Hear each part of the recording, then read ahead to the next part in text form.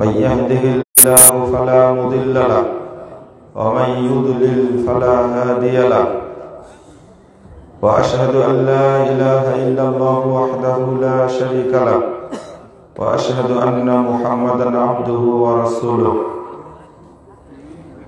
أما بعد فأعوذ بالله من الشيطان الرجيم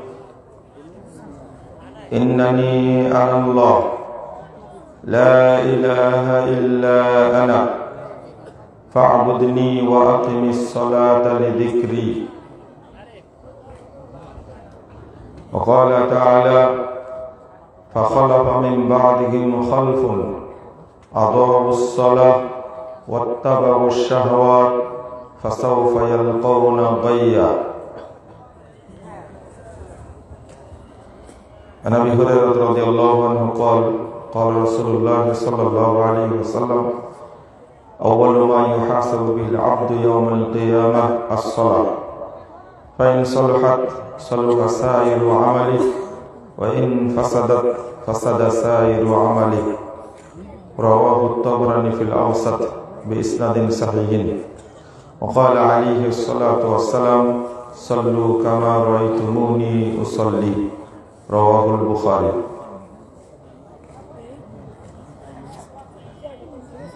সম্মানিত সভাপতি, উপস্থিত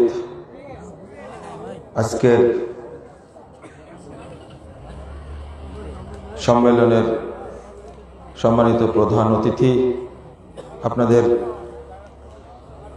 অত্যন্ত কাছের মানুষ, তেজগাঁ বিশ্ববিদ্যালয় কলেজের সাবেক সম্মানিত অধ্যক্ষ মোহতারাম আব্দুর রশিদ, উপস্থিত ওলামায়ে কেরাম, অতিথিবৃন্দ, সুধী মণ্ডলী, সামনে উপবিষ্ট শ্রদ্ধেয় মুসলিম ভ্রাতৃমণ্ডলী, আমার প্রাণপ্রিয় ছাত্র ও যুবক ভাইরা, পর্দার আড়ালের মা ও বোনেরা, সকলকে আন্তরিক অভিনন্দন জানাচ্ছি। আল্লাহর কাছে দোয়া করছি আল্লাহ রাব্বুল আলামিন যেন আজকের মাহফিলকে কবুল করে নেন। আমিন।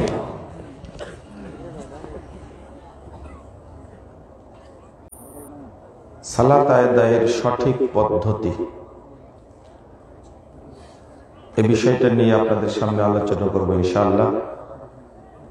এবং সালাত না পড়া, সালাত ত্যাগ করার পরিণাম সম্পর্কে কয়েকটি কথা বলবো ইনশাআল্লাহ। ওয়া মা তাওফীকি ইল্লা বিল্লাহ আলাইহি তাওয়াক্কালতু ওয়া ইলাইহি উনীব।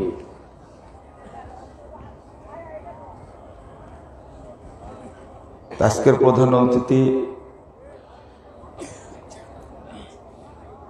জনাব আব্দুর রশিদ এর আগের এক মাহফিলে অনেক টাকা আদায় করেছিলেন। সে মাহফিলে আমি উপস্থিত ছিলাম। আপনার কি মনে পড়ে? আমি অনেক সময় মঞ্চে বসেছিলাম, তবে তারা আদায় করার পদ্ধতি দেখে বাংলাদেশ এক ব্যতিক্রম মানুষ, প্রধান অতিথি এসে মসজিদের জন্য আদায় করেন, এটা আমার এর আগে কখনো দেখিনি। তো আপনাদের কাছে সরাসরি বলে দোয়া চাইতে পারলেন না, তাই না? কিন্তু বুঝে নিয়েছেন আপনারা কি ইসলামের প্রতি যাতে দরদ থাকে, মসজিদ মাদ্রাসার পাশে যারা থাকে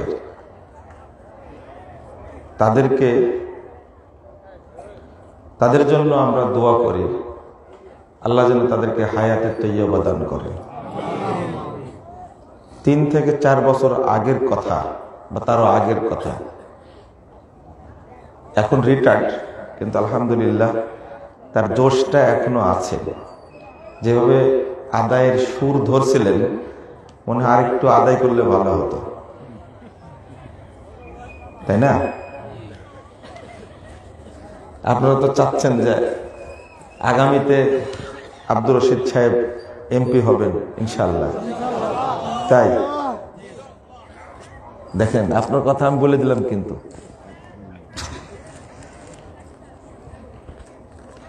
সৎ মানুষ নেতৃত্ব দিক, এটা মনে হয় বাংলাদেশের সব মানুষই চিনে, বুঝে, এটা চায়, এটা। কিন্তু উল্টাটা আর বলছি না, উল্টাটা বলার দরকার আছে, সবই তো বুঝছেন আপনারা, আর বলার দরকার নাই।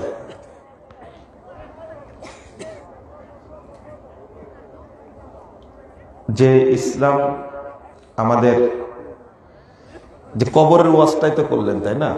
যে যাই করুক না কেন, এক সময় কোথায় যাওয়া লাগবে? কবরে যাওয়া লাগবে। এখান থেকে কেউ মাপ পাবে না। যখন মারা যাবে তখন তাকে গোসল করানো হবে কোন কায়দায়? সুন্নতে কায়দায়, তাই না? সুন্নত বললে ইসলামের কায়দায় তা কি করা হবে?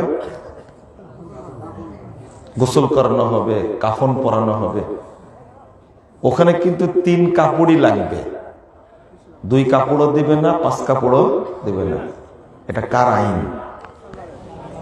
আল্লাহর আইন না এটা?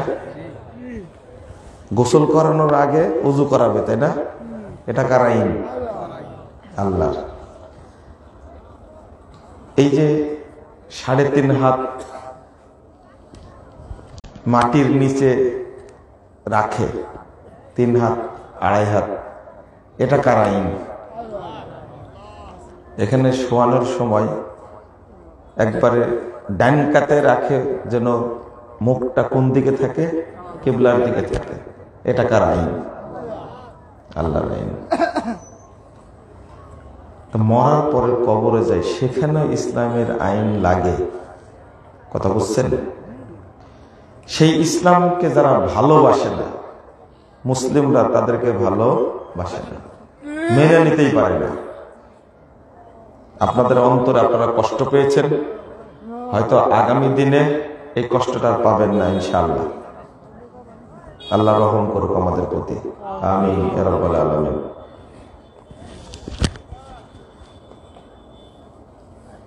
আল্লাহ রাব্বুল আলামিন বলেছেন সূরা তাহা 14 নম্বর আয়াত। আপনারা যারা এখানে আছেন তারা তো সবাই নামাজি, নামাজ পড়েন না এরকম কেউ আছেন নাকি এখানে? অনেক আছেন। তাহলে আলোচনা শুরু করবে আগে তাদের দিয়ে না আপনাদের দিয়ে? যারা পড়ে তাদের জন্য, তাই না? ঠিকই বলছেন। যারা নামাজ পড়ে না তাদেরকে আপনারা মুসলমান মনে করবেন না, পারবেন? এটা খুব কঠিন বিষয়। সাহাবায়ে কেরাম যারা নামাজ পড়ে না তাদেরকে কাফের মনে করতেন, প্রায় সব সাহাবে। হাদিস আসছে কানা আসহাবুন নবী সাল্লাল্লাহু আলাইহি ওয়াসাল্লাম লা ইয়ারাউনা শাইয়ান ইল্লা তারকাস সালাম। মানে যাকাত আদায় না করলে কাফের বলতেন না, হজ না আদায় করলে কাফের বলতেন না, সিয়াম না করলে কাফের বলতেন না, কিন্তু কেউ সালাত ছেড়ে দিলে তারা কি মনে করতেন? কাফের মনে করতেন। এটা সাহাবীদের আকীদা ছিল। যে ব্যক্তি শুধু জুমার দিনে নামাজ পড়ে, শুধু জুমার দিন, সে মুসলিম না। 2, যে ব্যক্তি শুধু ঈদের সালাত পড়ে বছরে 2 দিন, সে মুসলিম না, তাকে মুসলিম বলা যাবে না। আরে 1 ওয়াক্ত সালাত যে পড়ে না, আজকে আসরের সালাতের টাইম কয়টায় হয়েছে বলেন তো? এটা মুখস্থ বলছেন কেন? রাইট টাইম কয়টায় হয়েছে আজকে? 3:06।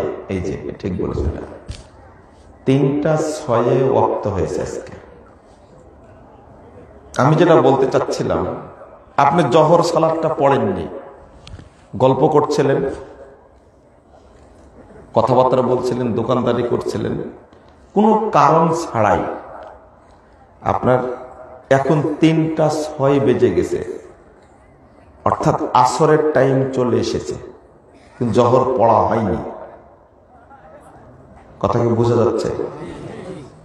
আসরের টাইম চলে এসেছে, জহর পড়া হয়নি।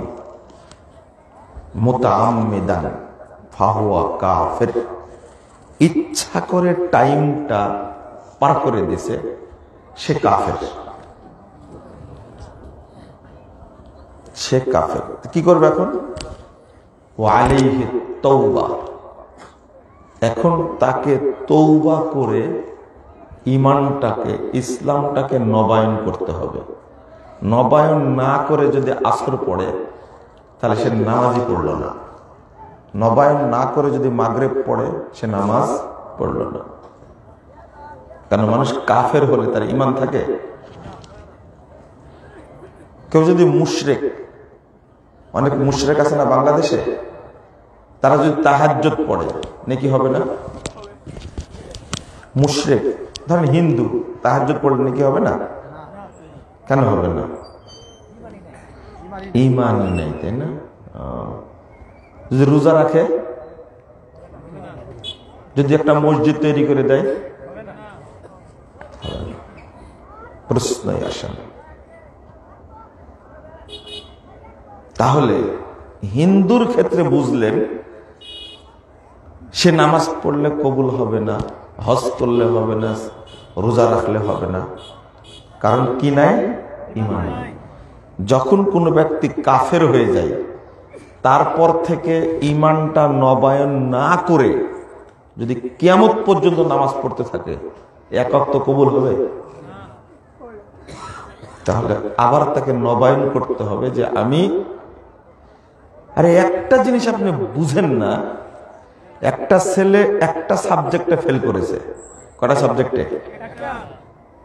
আগে আমাদের সময় ছিল কেউ ফেল করলে ওই পরীক্ষা পুরোটাই দিতে হতো, তাই না? পরে আইন করলো যে সাবজেক্টে ফেল করেছে শুধু ওইটাই দিবে, একটা সাবজেক্ট। আরে এই এক সাবজেক্টের জন্য আপনাকে অপেক্ষা করতে হবে কত বছর? 1 বছর, টানা 1 বছর।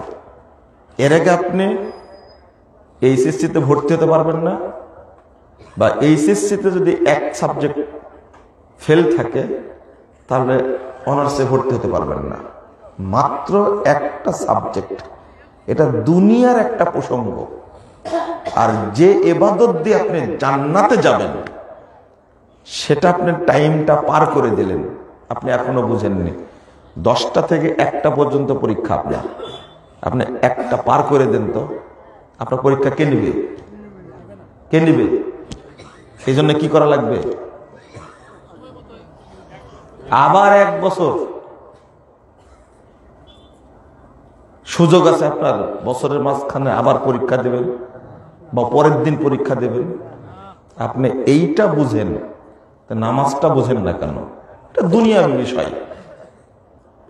বোর্ড চাইলে আপনার আগামীকালকে পরীক্ষা নিতে পারে, নামাজের ক্ষেত্রে কি আপনি পারবেন না? আপনি পড়লেন না কেন সালাতটা?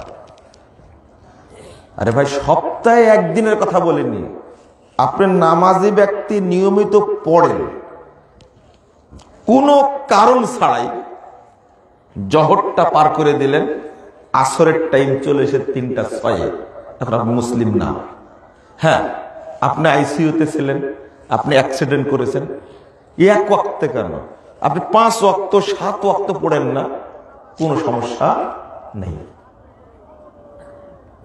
রাসূল সাল্লাল্লাহু আলাইহি ওয়াসাল্লাম খাইবারের যুদ্ধের দিনে 4 ওয়াক্ত সালাত আদায় করেছেন এশা সালাতের পরে। কয় ওয়াক্ত? 4 ওয়াক্ত। তাহলে তিনি কি কাফের হয়ে গেছেন নাকি? না, কারণ ছিল পড়তে পারেননি। জহর, আসর, মাগরিব, এশা 4 ওয়াক্ত সালাত পড়েছেন রাসূল সাল্লাল্লাহু আলাইহি ওয়াসাল্লাম একবারে এশার সালাতের পরে। তাহলে বোঝা গেল কাজা করেছেন কয় ওয়াক্ত সালাত? 4 ওয়াক্ত। আপনিও করেন যদি সমস্যায় পড়েন, কিন্তু আপনি স্বেচ্ছায় সালাতের টাইমটা পার করে দেবেন। 640 নম্বর হাদিস, নাসাইর মধ্যে এসেছে হাদিসটা। আপনি এখান থেকে বাঁচতে পারবেন না। এর নাম সালাত। 103 নম্বর আয়াত সূরা নিসা, আল্লাহ বলছেন ইন্নাস সালাতা কানাত আলাল মুমিনিনা কিতাবাম মাওকুতা। নিশ্চয় সালাতকে ফরজ করা হয়েছে মুমিনদের উপরে নির্দিষ্ট ওয়াক্তে। যারা সালাতের ক্ষেত্রে গাফলতি করেন তারা একটু সাবধান হয়ে যান। তারা আপনার ভাই না, মায়ের পেটের ভাই হতে পারে, কিন্তু দ্বীনি ভাই আপনি না। 11 নম্বর আয়াত সূরা তাওবা, আল্লাহ বলেছেন ওয়া ইন তাবু ওয়া আকামুস সালাহ ওয়া আতাবুজ যাকাত ফা ইখওয়ানুকুম ফিদ-দ্বীন।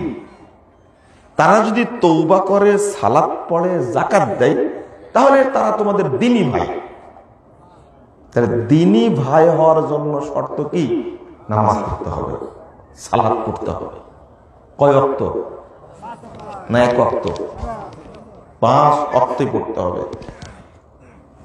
আপনি সহিহ মুসলিমে একটা হাদিস পাবেন, আল্লাহ রাসূল সাল্লাল্লাহু আলাইহি ওয়াসাল্লাম বলছেন মান সাররাহু আইয়ালকাল্লাহা গাদা মুসলিমা।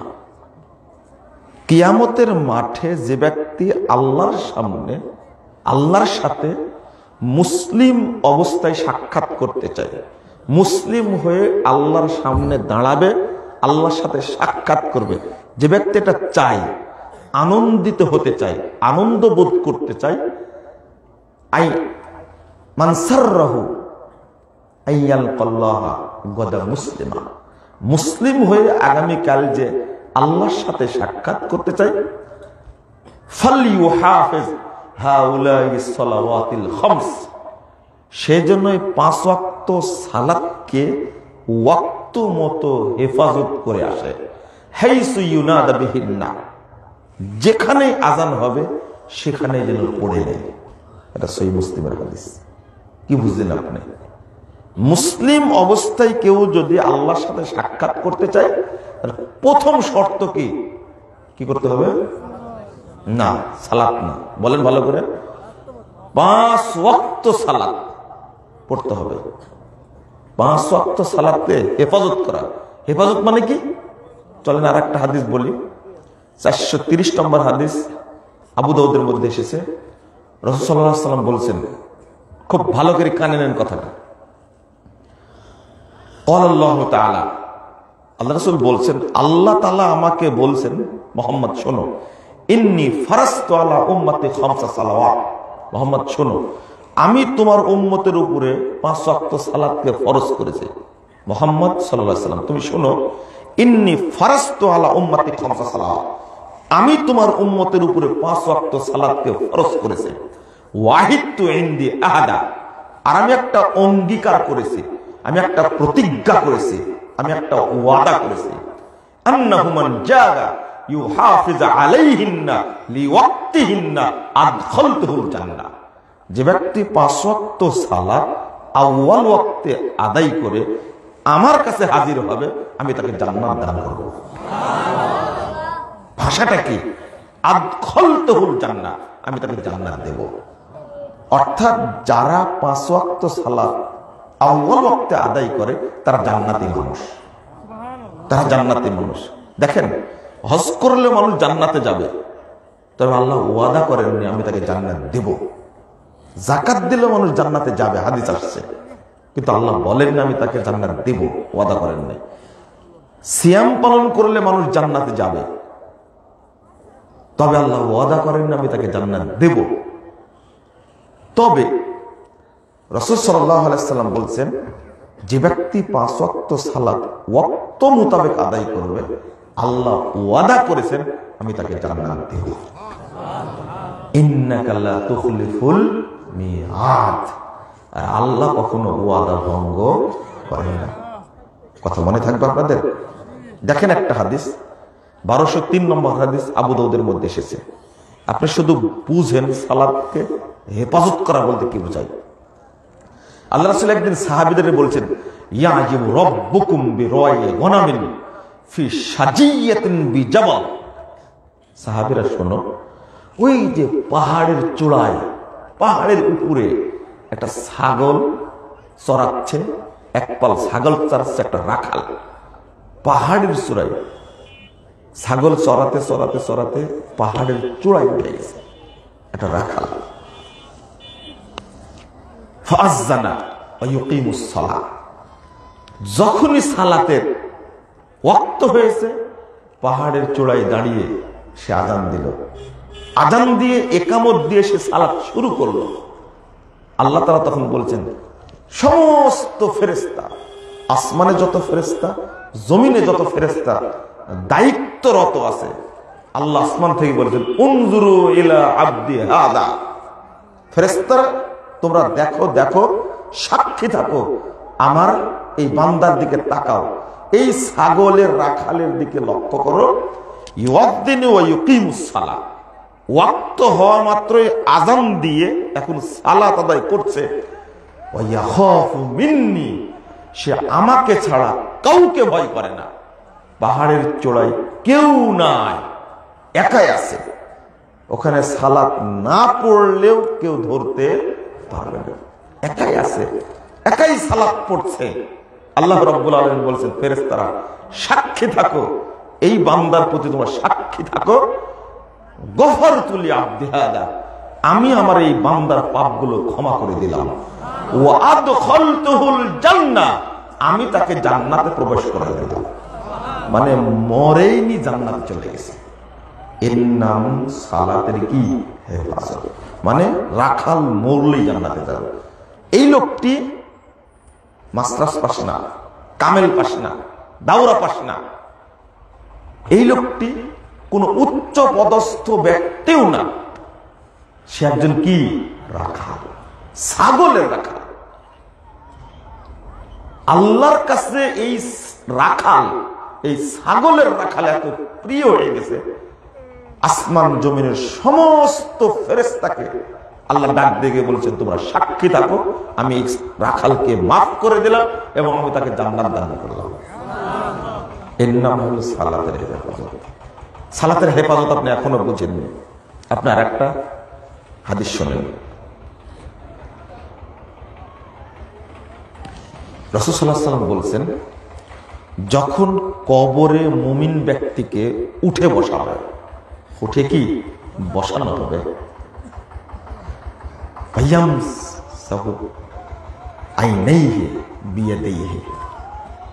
তখন বসানো মাত্রই, ইবনে মাজাহ 3640 নম্বর হাদিস, আল্লাহ রাসূল বলছেন যে তখন উঠে বসাবে, দুই চোখ তখন দুই হাত দিয়ে কি করবে, মাসা। ঘুম থেকে উঠলে কে বলে, ঘুম থেকে উঠবে তখন চোখ মাসা করবে। ইয়ামসাউ আইনাইহি, দুই চোখ সে ডলতে থাকে। আপনারা যেমন করেন না, ঘুম থেকে ওঠার পরে। আল্লাহ রাসূল বলছেন, ঠিক এই সময়ে দুইজন ফেরেশতা বলবে, মার রব্বুকা, তোমার রবকে, তোমার রবকে। এই কথা বলা মাত্রই আরে মাইয়াত বলবে, দাওনি উসাল্লি, আরে থামো, আগে নামাজ পড়েনি। বলছে যে দাও, মার রব্বুকা, রব যে তার আল্লাহ, এটা তো সে জানে। ফেরেশতাকে ধমক দিচ্ছে, দাওনি উসাল্লি, আরে আমাকে ছাড়ো, আগে নামাজটা পড়েনি। আল্লাহ রাসূল বলছেন, এই টাইমটা হবে আসরের ওয়াক্ত, তার মধ্যে তাড়াহুড়া শুরু হয়ে যাবে, হাই হাই হাই টাইম চলে গেল, আমি সালাতটা পড়েনি। ফেরেশতাকে ধমক দিচ্ছে, দাওনি উসাল্লি, আমাকে ছাড়ো, আমি আগে নামাজটা পড়িনি। আপনি ভাবছেন যে ফেরেশতাকে ধমক দিতে পারে কবরে, তাও দুইজন ফেরেশতা কবরে বসে ধমক দিচ্ছে, দাওনি উসাল্লি, আরে থামো, আগে সালাত পড়িনি। মার রব্বুকা, বুঝছেন কথা, মার রব্বুকা, তোমার রবকে, এইটা বলার সময় তার কাছে নাই। এইটা হলো সালাতকে হেফাজত করা। আপনি আপনার ওয়াইফকে কোনোদিন বলতে পারেছে এই থামো আগে সালাত পড়ে নি? আপনার ওয়াইফকে ধমক দিতেই পারেন না। ধমক দিবেন কি করে? ওকে ওকে নিয়ে আসছেন, সাথে শ্বশুরের কাছ থেকে ডিমান্ডও নিয়ে আসছেন, হারাম করা আপনি একটা। আপনার বউকে ধমক দিতে পারবেন আপনি? যে খাটে ঘুমান আপনি, ওই খাটটা ওর খালার দেওয়া। যে মোটর সাইকেলে চলেন, পালসার গাড়ি, এই গাড়িটা আপনার শ্বশুরের দেওয়া। যে ফ্রিজের মাছ গোস খান, এই ফ্রিজটাও নানির দেওয়া। আপনাকে বলতে পারবেন যে থামো নামাজটা পড়ি না? গে সাহসী নয় আপনার বলার। আপনি তো পুরুষ না, আপনার কাপুরুষ একটা। বউকে ধমক দিতে পারেন না। অফিসের কর্মচারী, এই আজান রক্ত হয়ে গেছে, আজান দাও, এই ধমকটা দিতে পেরেছেন কখন আপনি? পারেননি আপনি। সালাত পড়ো, ধমক দিতে পারেননি আপনি। একে বসন্ত বসেন, বসেন। হ্যাঁ, ওই যে না উঠে। আপনাকে যদি মানে এই সাহসটা যোগাতে না পারি আমরা, টাইম হয়ে গেছে, সব কিছু বাতিল, সব চলবে, এটা হতে পারে না। বরং সব অফ রেখে আগে সালাত। কি আশ্চর্য, ফেরেশতাকে যে ধমক দিতে পারে। অফিসের বস বলছে যাও তো এই কাজটা করে না এসো, আপনি বলবেন স্যার সালাতের টাইম হয়ে গেছে, সালাতের পরে আমি যাব। যদি বলতে পারেন আপনি, তাহলে কবরেও বলতে পারবেন ফেরেশতাকে থামো আগে সালাতটা পড়ে। বুঝতে পারলেন আপনি? আপনি পারবেন না তো বলতে, আপনি পারবেন না। আপনার ছেলেকে ধমক দিতে পারেন না আপনি। এটা হলো সালাতের হেফাজত করা। আচ্ছা, আপনারা এখানে কেউ আসেন এরকম, একটু সাহস নিয়ে হাত তুলে বলেন যে আমি ফেরেশতাকে ধমক দিতে পারবো? একজন না এখানে।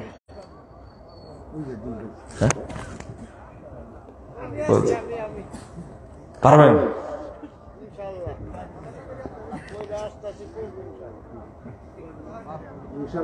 আজকে 5 ওয়াক্ত সালাত পড়েছেন জামাতে? জামাতে পড়েছেন? 5 ওয়াক্ত জামাতে পড়েছেন? ভালো করে বলেন। ইনশাল্লাহ পড়ে বললেন কেন? বলেন আলহামদুলিল্লাহ পড়েছি। ইনশাল্লাহ বসেন।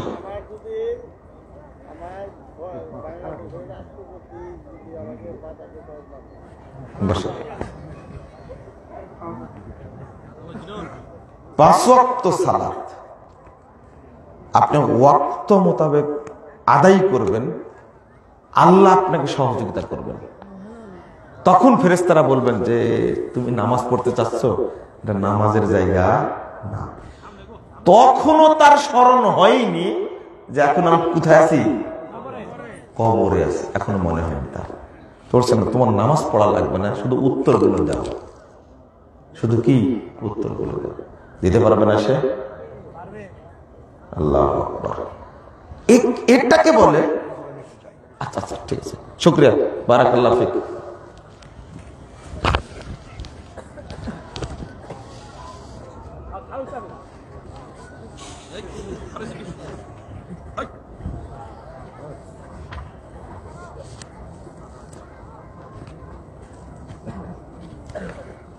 যে কথাটা প্রথম বলেছিলাম মনে আছে? সালাত যেন ছুটে না যায়। আর যে নামাজ পড়ে না পড়ে মারা গেছে, এর জানাজায় যাবেন না? যাবেন, আপনারা যাবেন। যারা নামাজ পড়ে না তাদের যে ক্ষমতা, আর তাদের সংখ্যাই তো বেশি। শোনেন, কাফের জানাজা পড়লে লাভ আছে? কাফের জন্য দোয়া করা যাবে? দোয়া করা যাবে না। তাহলে আপনি কি মনে করেছেন, কি ভাবছেন? ওর জন্য আপনি দোয়া করলেন কি হিসাবে, কোন হিসাবে দোয়া করলেন? আস্তাগফিরুল্লাহ, আস্তাগফিরুল্লাহ, নাউযুবিল্লাহ। না, আপনি দোয়া করতে পারবেন না। তো কি করবেন? কবর খুঁড়বেন? বেনামাজিকে কবর দিতে নিষেধ করা আছে। মাটিতে পুঁতে দিতে হবে। কি করতে হবে? সুন্দর করে কবর খোঁড়া যাবে না। সবচেয়ে গুরুত্বপূর্ণ ব্যাপার হলো ওকে আপনাদের গোরস্থানে দাফন করবেন না। কারণ এরপরে যে মারা যাবে সে একজন নামাজি, এইরকম একটা কাফেরের পার্শ্বে তার কবর হোক, এটা চাওয়া উচিত না।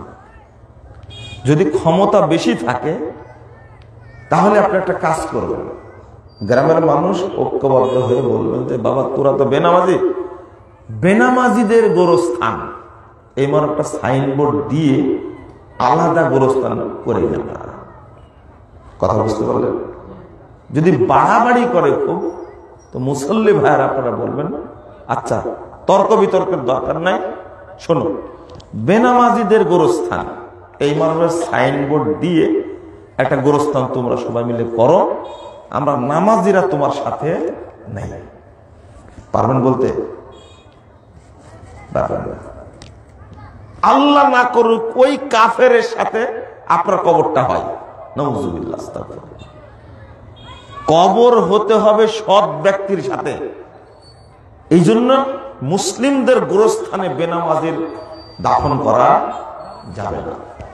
লিখে রাখবেন কবরস্থানে, লিখে রাখছে বিষ খাওয়া গলায় দড়ি দিয়ে মরা এই ধরনের লোকের কবর দেওয়া হয় না, ব্যাকুপ কোথাকার।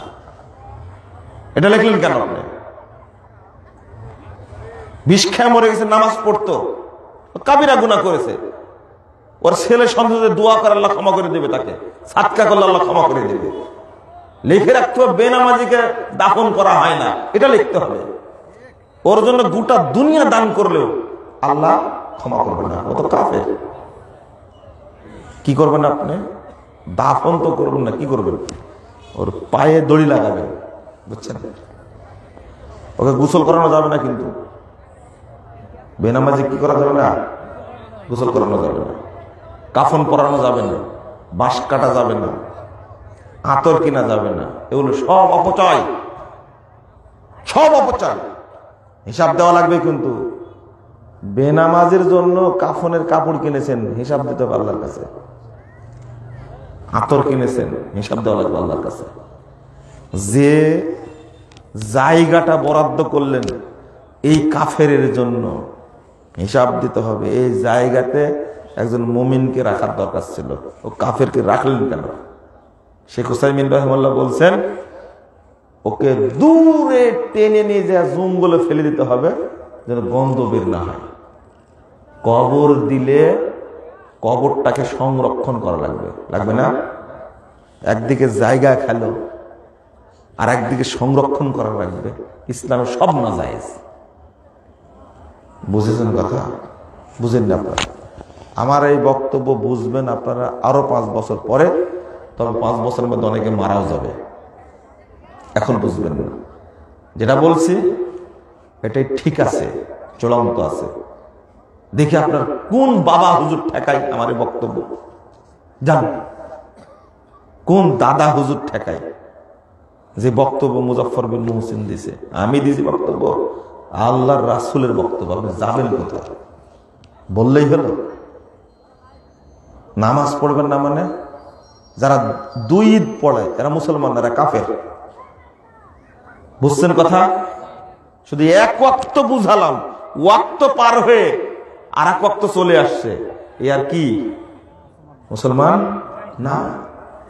বুঝেছেন? আর ওয়াজ করা লাগবে আপনাদের না? এরা খুব বুদ্ধিমান, মাঝে মাঝে ইবলিস এদের কাছ থেকে বুদ্ধি নেয়, বেনামাজিদের কাছ থেকে ইবলিসও বুদ্ধি নেয়। এরা ইবলিসের উপদেষ্টা। এদেরকে এত বুঝাতে হবে কেন? ওরা কি জানে না বেনামাজি কাফের? জানে না? ওরা জানে, তাও পড়ে না। ওরা খুব বুদ্ধি রাখে।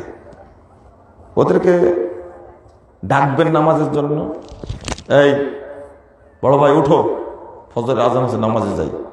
ও দরজাটা আস্তে করে খুলবে, খোলার পরে বলবে যে তোমার নামাজ তুমি পড়ো, আমার কবরে কি তুমি যাবা? ঘুমের ডিস্টার্ব করছো কেন? এইরকম বুদ্ধিময় কথা কে বলতে পারে? দেখি কি ভাষাটা বললো। 20 বছর থেকে 2 ভাই একসঙ্গে থাকে, কোনদিন এই বড় ভাই সাম আর এই কাফেরটাকে আর ডাকে না যে তুই এই কথাই বলবি, তোকে ডাকবো না। ডাকবার কোনদিন? দরজা খুলে বলছে, তোমার নামাজ তুমি পড়তে যাও, আমার ঘুমের ডিস্টার্ব করছে কেন? আমার কবরে তুমি যাবা? কি যুক্তি আপনাকে দিল, চিন্তা করেছেন? ভাবেন না আপনি একটু, তোকে এত বুদ্ধি দিতে হবে কেন? নামাজ না পড়লে জাহান্নামে যাবে। তো বলছে কি জানেন, আরে দুই একদিন জাহান্নামে থেকে জান্নাতে আবার যাবে খামাখা। কত বড় বেয়াদব, কত বড় নোংরা একটা ইবাদতকে সে তুচ্ছ তাচ্ছিল্য করছে। অমানুষ একটা। আল্লাহর দেওয়া চোখ দিয়ে সে দেখে, এটা নিয়ামত। চোখ, কান একটা নিয়ামত, জিহ্বা একটা নিয়ামত, মুখ একটা নিয়ামত, হাত একটা নিয়ামত। এই নিয়ামত ভোগ করার পরেও এই নিমক হারাম, আল্লাহর ইবাদত করে না। কত বড় অন্যায় সারা জীবন করে আসছে, আবারও জানাজা পড়তে হবে। জানাজা পড়ুক, ওদের গোষ্ঠী বেশি, তাই না? আবু জেহেল গোষ্ঠী কি? আবু জেহেলের বংশধরের বেশি। ওরা নামাজ পড়াবে, কি কি করবে না, কবর দিবে না, জবাই করে খাবে, ওদের ব্যাপার। এখানে মুসল্লির কিছু যায় আসে না। মনে থাকবে আপনাদের, যারা নামাজ পড়েন না, আমি আল্লাহর কাছে দোয়া করি, আল্লাহ তুমি তাদেরকে মুসলিম হওয়ার তৌফিক দাও, আল্লাহ তুমি তাদেরকে হেদায়েত দাও, এবং নিয়মিত 5 ওয়াক্ত সালাত ওয়াক্ত মোতাবেক পড়ার তুমি তৌফিক দান করো।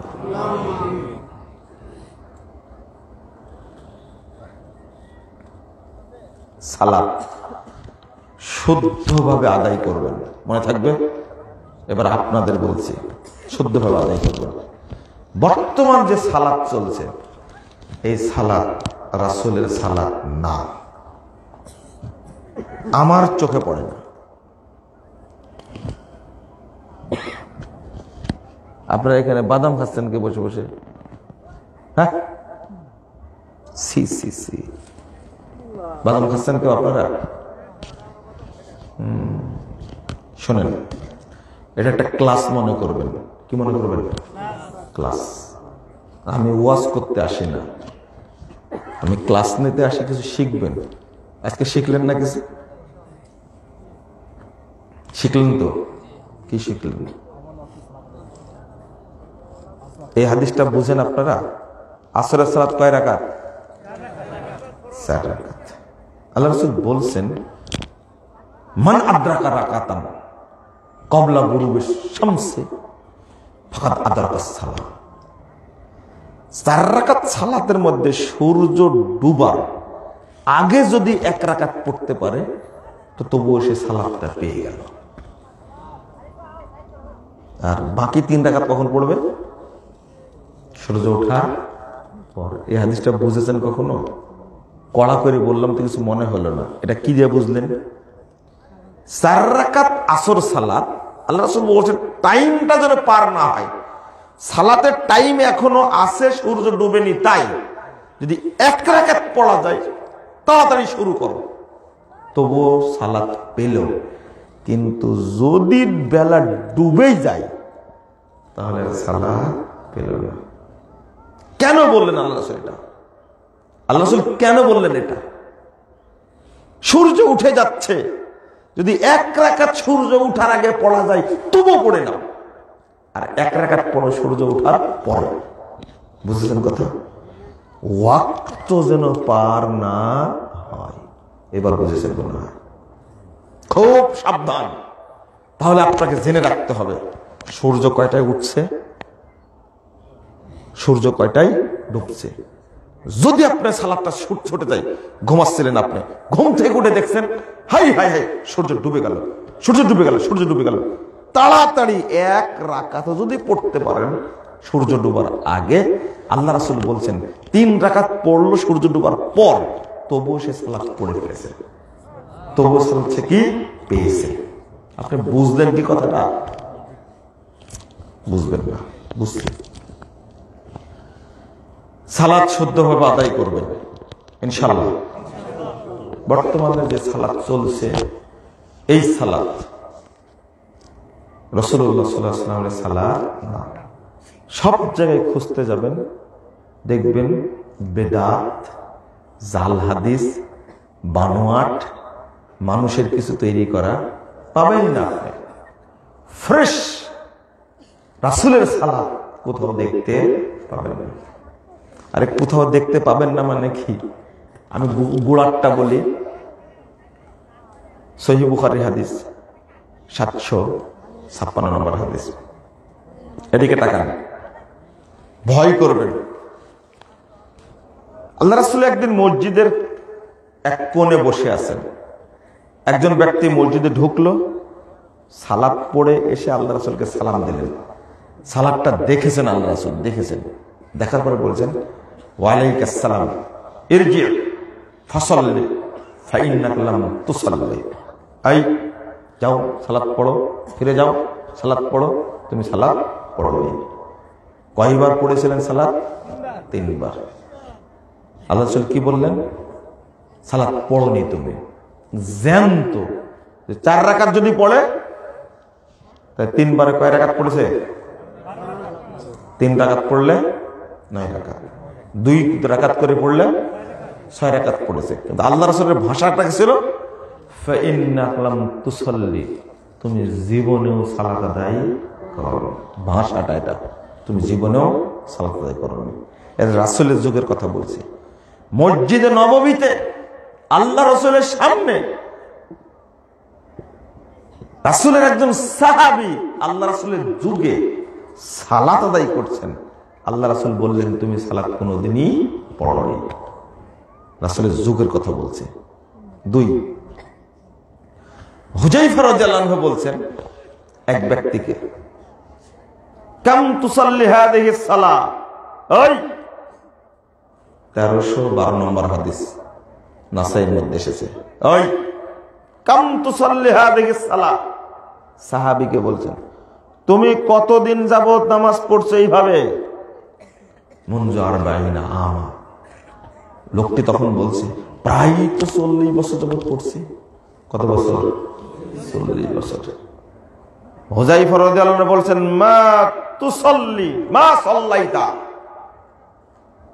মুনযু 40 সানা, 40 বছর যাবত তুমি নামাজই পড়োনি। সোজা কথা, আমার ভাষাটা না। মা সাল্লাইতা মুনযু 40 সানা, 40 বছর যাবত তুমি নামাজ পড়োনি। শোনো, ওয়া ইন মিত্তা ওয়া আনতা তুসাল্লি হাযিহিস সালাহ, তুমি যদি 40 বছর না এইভাবে সালাত পড়তে পড়তে যদি মারাও যাও, এইভাবে সালাত পড়তে পড়তে যদি মারা যাও, লামিত্তা আলা গায়রি ফিতরাতি মুহাম্মাদিন সাল্লাল্লাহু আলাইহি সাল্লাম, তুমি আল্লাহর নবীর ফিতরাতের উপরে, দ্বীনের উপরে মারা যেতে পারবে না, দ্বীনের বাইরে মারা যাবে। আমি বললাম, যে সালাত আদায় করে যে নবীর তরিকায় পড়ে না, সে বেনামাজি। ভাষাটা বুঝছেন? যে সালাত আদায় করে না, কি যে সালাত আদায় করে কিন্তু নবীর তরিকায় পড়ে না, সে কি? বেনামাজি। ভাষাটা বুঝলেন? তো আমি এই কথা বলাতে খেপে গেলেন আপনারা, তাই না? আমি তো আর বেদিন বলিনি, কি বেনামাজি বলেছি। কিন্তু হুযায়ফা রাদিয়াল্লাহু আনহু কি বলছেন? কি বলছেন? হুযায়ফা রাদিয়াল্লাহু আনহু কি বলছেন? বেদিন বলছেন। কি বলছেন? বেদিন বলছেন। আমি বেদিন বলিনি আপনাকে, আমি বলেছি আপনি বেনামাজি। আর যদি বলেন বেনামাজি তো বেদিনই, এরপরে আর আমি যাব না। বুঝলেন কথা? যারা নামাজ পড়ে নবীর তরিকায় পড়ে না, তারা বেনামাজি। তাহলে বর্তমানে নামাজি খুঁজে পাওয়া যাবে? কম বলছেন আপনারা। আমি তো বলি নাই। কই? মাঝে মাঝে কোনো কোনো মসজিদে সালাত পড়ি। আজকে এশার সালাত পড়লাম এক মসজিদে আসার পথে। হায় এলেঙ্গে একটা মসজিদে সালাত পড়লাম। খামাখা মিসাই টুপি মাথায় দিয়ে নামাজ পড়তে গেছে। ও রুকু ঠিক নাই, সেজদা ঠিক নাই। ওর হাত বাঁধা ঠিক নাই, দোয়া পড়া ঠিক নাই, খামাখা মিশাই গেছে। ও মনে করছে নামাজ পড়লে জান্নাতে যাবে। খ্যাপা কোথাকার! নামাজ পড়লে জান্নাত পাওয়া যায়? হজ করলে জান্নাত পাওয়া যায়? আপনি কয়বার হজ করেছেন? আব্দুল মুত্তালেব আল্লাহ রাসূলের দাদা প্রতি বছর হজ করত, ওমরা করত, তওয়াফ করত, দান খায়রাত করত, সারা পৃথিবীর হাজীদেরকে ফ্রি খাওয়াইতো। সবচেয়ে সৎ মানুষ। কাবা ঘরের মুতাল্লি কোথায় আছে? কোথায় আছে এখন? এটাও জানেন না। জাহান্নামে। আবু তালেব তারই তো বেটা, এটা তো শুনছেন অন্তত। আবু তালেব জাহান্নামে আছে। হজ করে লাভ হয়নি, তওয়াফ করে লাভ হয়নি। আর আপনি 2 বার হজ করি কি পাওয়ার আপনার? ডবল হাজি, ট্রিপল হাজি লাগাচ্ছেন। শরম লজ্জা আছে আপনার? মুশরিক অবস্থায় হজ করে কোনো লাভ আছে? হজ বাংলাদেশে আছে, মক্কায় যাইনি এখনো। বুঝেন ভালো করে। সালাত পড়লে সালাত হয় না, রাসূলের তরিকাতেই পড়তে হবে সালাত। পৃথিবীর কারো তরিকা চলবে না। মুসা আলাইহিস সালামের তরিকায় নামাজ পড়বেন, নামাজ বাতিল হয়ে যাবে। ইব্রাহিম আলাইহিস সালামের তরিকায় নামাজ পড়বেন, নামাজ বাতিল হয়ে যাবে। ঈসা আলাইহিস সালামের তরিকায় নামাজ পড়বেন, নামাজ বাতিল হয়ে যাবে। নামাজ তখনই শুদ্ধ হবে যখন মুহাম্মদ সাল্লাল্লাহু আলাইহি ওয়াসাল্লামের তরিকায় পড়বেন তখন। 631 নম্বর হাদিস সহিহ বুখারীর মধ্যে এসেছে, আল্লাহ রাসূল বলেছেন, সাল্লু কামা রাআইতুমুনি উসাল্লি। তোমরা ওইভাবেই সালাত আদায় করো যেভাবে আমাকে সালাত আদায় করতে দেখেছো। কথা বুঝতে পারলেন? যে বয়স কত হয়েছে আপনার? বয়স কত?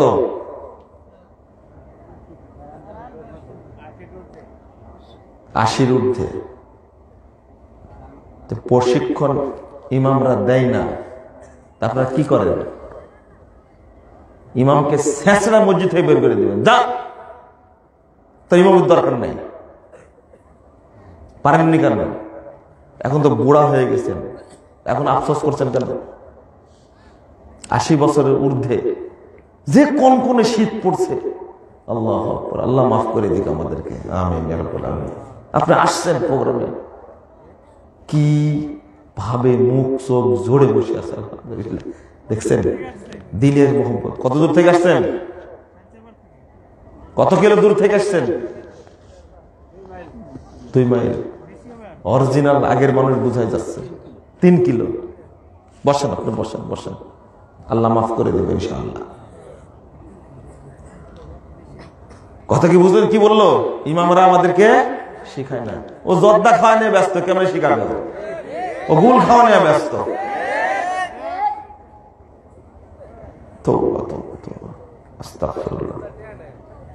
আগে শিখতে হবে, তারপরে মুসল্লিদেরকে শিখাতে হবে ভাষাটা কি। রাসূলের যুগেও আল্লাহ রাসূল বলেছেন, আমি মুসল্লিদের ভুল ধরলেই এই বেদাতি মোল্লারা বলে, আপনারা বলেন ভাইরাল বক্তা, ভাইরাল বক্তায় মুনাফেক বক্তা বলছে। আরে যারা নামাজ পড়ে তাদের পিছনে লাগছে কেন? যারা নামাজ পড়ে না তাদেরকে বুঝা। আমরা দুইটাই বলি না, ও মুনাফেক বক্তা একটা, ও মুনাফেক একটা, ও সুগলখোর একটা। আমাদের বক্তব্য শুনে না বেটা, ও কাফেরকে শিখায় কি লাভ? আমার দিনী ভাই কনকনে শীতের মধ্যে ঠান্ডা পানি দিয়ে ওযু করে রাত 3টায় উঠেছে, তাহাজ্জুদ পড়েছে, তাহাজ্জুদ পড়ে ফজর সালাতের জন্য অপেক্ষা করছে, আজানের ওয়াক্ত হলে বাড়ি থেকে বের হয়েছে, 3টায় যখন ঘুমের টাইম তখন উঠেছে ঘুম থেকে, ফজরের সালাতের জন্য অপেক্ষা করছে, আজানের টাইমে মসজিদে গেছে, সবাই ঘুমাচ্ছে, মসজিদ থেকে আজান দিচ্ছে, আজান দেওয়ার পর বসে আছে, 2-4 জন মুসল্লি আসলো, তাদের সাথে জামাতে সালাত আদায় করলো, আবার বসে আছে।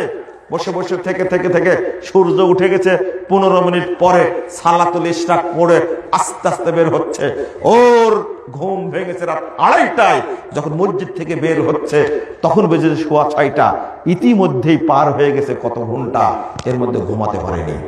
ওই মুসল্লির যদি সালাতে ভুল থাকে আমি ভুল ধরবো না? আল্লাহ রাসূল ভুল ধরলেন, হুযায়ফা রাদিয়াল্লাহু আনহু ভুল ধরলেন, আনাস রাদিয়াল্লাহু আনহু বলছেন 529 নম্বর হাদিস সহিহ বুখারী। আনাস রাদিয়াল্লাহু আনহু বলছেন মা আরিফু শাইয়ান মিম্মা কানা আল হাদিন নবী সাল্লাল্লাহু আলাইহি ওয়াসাল্লাম, রাসূলের যুগে যে আমলগুলো দেখেছি আজকের যুগে আমি দেখতে পাচ্ছি না। রাসূলের যুগে যে আমলগুলো দেখেছি এই আমলগুলো এখন দেখতে পাচ্ছি না। যে সাহাবী 10 বছর একটানা আল্লাহর নবীর খাদেম ছিলেন, কয়টা না কয় বছর? একটানা 10 বছর খাদেম ছিলেন। ওই সাহাবী বলছেন মাআরিফু শাইয়ান মিম্মা কানা আলা হাদিন নবী সাল্লাল্লাহু আলাইহি ওয়াসাল্লাম, আল্লাহর রাসূলের যুগে যে আমলগুলো দেখেছি এই আমল দেখতে পাচ্ছি না। কিলা সালাত, বলা হলো কি নামাজটা কি রাসূলের না? আপনি কি বলছেন? নামাজটাও কি রাসূলের মতো না, রাসূলের যুগের মতো না? আনাস বলছেন আলাইসা যায়্যাতুম মা যায়্যাতুম ফিহা, সালাতকে যেভাবে নষ্ট করেছো রাসূলের যুগের নামাজ কি এখন আছে? যে সালাত এখন পড়ছো তোমরা, সাহাবীদের যুগের কথা বলছি, যে সালাত তোমরা পড়ছো এই সালাত রাসূলের না। 530 নম্বর হাদিস সহিহ বুখারী। আনাস রাদিয়াল্লাহু আনহু বলছেন, শোনো, ইবনু শিহাব জুহরি রাহিমাহুল্লাহ তিনি দামেস্কের মসজিদে ঢুকে দেখলেন আনাস রাদিয়াল্লাহু আনহু এক মসজিদের কোণে বসে ফুপিয়ে ফুপিয়ে কাঁদছেন। আমি গিয়ে দাখালতু আনাস ইবনে মালিক ফি দিমাশক, দিমাশকে গিয়ে আনাস ইবনে মালিকের কাছে গেলাম, জিজ্ঞেস করলাম ওয়াহওয়াব কি, দেখলাম তিনি কাঁদছেন। আমি জিজ্ঞাসা করলাম আমা ইউদকি, আপনাকে কিসে কাঁদাচ্ছে, আপনি কাঁদছেন কেন? আনাস রাদিয়াল্লাহু আনহু জবাব দিচ্ছেন মা আরিফু শাইয়ান মিম্মা কানা আহলিন নবী সাল্লাল্লাহু আলাইহি ওয়াসাল্লাম ইল্লা সালাহ ওয়া ক্বাদ যুইয়াত, বলছেন আমি রাসূলের যুগে যে আমলগুলো দেখেছি এই আমলগুলো দেখতে পাচ্ছি না, তবে সালাতটা দেখতে পাচ্ছি ক্বাদ যুইয়াত, কিন্তু সালাত নষ্ট হয়ে গেছে। কি হয়ে গেছে? নষ্ট হয়ে গেছে। আমি রাসূলের যুগের দেখতে পাচ্ছি সালাতটা, তবে সালাতটা নষ্ট করে ফেলেছে, সালাতের আহকাম ঠিক নেই। আপনি কি বুঝলেন? আপনি বুঝেন না। একজন তাবী মুআবিয়া ইবনে কুররা তিনি বলছেন আদরাকতু 70 রাজুলান মিন আসহাবিন নবী সাল্লাল্লাহু আলাইহি ওয়াসাল্লাম, আমি সাহাবীদের মধ্যের সাহাবীদের আমি 70 জন সাহাবীর সাক্ষাৎ পেয়েছি। কত বড় তাবী দেখেন, একজন তাবী সাক্ষাৎ করেছেন কতজন সাহাবীর সাথে? 70 জন। তিনি বলছেন মুআবিয়া ইবনে কুররা তিনি বলছেন আমি 70 জন সাহাবীদের সাক্ষাৎ করেছি। লাউ খরাজু ফিকুমুল ইয়াউম, এই 70 জন সাহাবী যদি আজকে বের হন তোমাদের মধ্যে, আজকে যদি আসেন, মা আরাফু শাইয়ান ওয়া আনতুম আলাইহি, তোমরা যা করছো তার কোনোটাই পাওয়া যাবে না, দেখা যাবে না। বুঝলেন কথাটা কি? কোটাই কি দেখা যাবে না? ইল্লান নিদা, শুধু আজানটা আছে আর কিছু নেই। আপনি বুঝলেন আমার কথাটা? আমি বুঝা দিলাম আপনাদেরকে। রাসূলের যুগে, সাহাবীর যুগে, তাবির যুগ পর্যন্ত সালাতের এই অবস্থা ছিল। আজকের যুগে যে নামাজটা পড়ছি মনে হচ্ছে আপনার এটা রাসূলের সালাত? মনে হচ্ছে? তাহলে সচেতন না কেন আপনি? আপনি সচেতন হন না কেন? সালাতটাকে বেদাত দিয়ে ঢুকায়া নষ্ট করে ফেলেছে। নাই, সালাত আর নাই। উদাহরণ যদি দেই, যখন আপনি ওযু করবেন, তখন শুধু বলবেন বিসমিল্লাহ। কি বলবেন? বিসমিল্লাহ। শুধু বলবেন বিসমিল্লাহ। কিন্তু ওযুর ফজিলত নষ্ট করার জন্য বিসমিল্লাহর জায়গায় ইবলিস শয়তান তৈরি করে দিয়েছে বিসমিল্লাহির রহমানির রহিম, আল ইসলামু হাক্কুন ওয়াল কুফরু বাতিলুন, আল ঈমান নূরুন ওয়াল কুফরু যুলমাতুন। এই দোয়া এখন চলছে। বিসমিল্লাহ আল্লাহ রাসূল বলেছেন, রাসূলের দোয়া পড়া বন্ধ করে দিছে, এখন লম্বা দোয়া পড়ছে। এক ইমাম সাহেবকে বললাম যে আপনি যে লিখে রাখছেন ওযুর দোয়া, এর কোনো দলিল আছে? যেখানে দলিল নাই, জাল। ইমাম সাহেব বলছে এত বড় দোয়া জাল? মানে দোয়া যদি বড় হয় তাহলে কি হয় না, জাল। কত সুন্দর করে বলছে ইমাম সাহেব। মূর্খ তো না, মুফতি, আসলে মুফতি না, মূর্তি। কি মূর্তি? এর পূজা করে কোনো লাভ নাই। মুফতি না, মূর্তি, কিছুই জানে না। মূর্তির পেটে কিছু আছে? হ্যাঁ, আলিফ বা তাসা পড়তে পারে? ওই জন্য মূর্তি বললাম, ও মুফতি না। কি মূর্তির পেটে বোম মারেন তো দেখেন কোরআনের একটা আয়াত বের হয় কিনা? বের হবে? মূর্তি, মুফতি না, মূর্তি। বুঝছেন আপনি? বুঝেন? তাহলে কি বলবেন শুরুতে? কি বিসমিল্লাহ। আর কিছু বাড়াবেন? সেদিনে বলে গেলাম যে সব জিনিসে বাড়াবে, কিন্তু এক জায়গায় বাড়াতে চাই না। কোন জায়গায় আপনারা জানেন না, বলে দিই। যখন বাচ্চার নুনু কাটে তখন কিন্তু ঠিকই কাটে, ওখানে বাড়াতে চায় না। খেয়াল করছেন আপনারা? ওর সুন্নত মোতাবেকই কাটে। সুন্নাতে খাতনা বলেন না, ওখানে ঠিক সুন্নাতটা ঠিক মতোই কাটে। সব জায়গায় বাড়ায় দিছো, তখন একটু বাড়াই দিলে তো একবারে সব শেষ হয়ে যায়, আর কোথাও বাড়ানো লাগে না। বুঝেছেন কথাটা?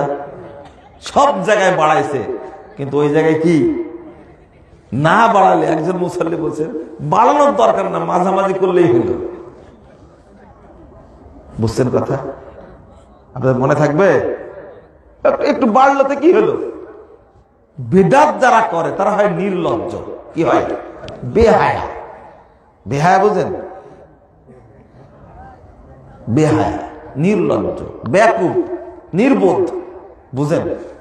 নিকৃষ্ট, পথভ্রষ্ট বেদাতি, এরা পেট পূজারে। এই সব কথাগুলো বলেছেন ইমাম আহমদ বিন হাম্বল। কে বলেছেন? আহমদ বিন হাম্বল। আর বেদাত করবেন কোনদিন? বেদাত যখনই করতে যাবেন তখনই মনে করবেন ছুটুতেই যদি কেটে ফেলতো অর্ধেক, তাহলে তো এত বড় হওয়া যেত না।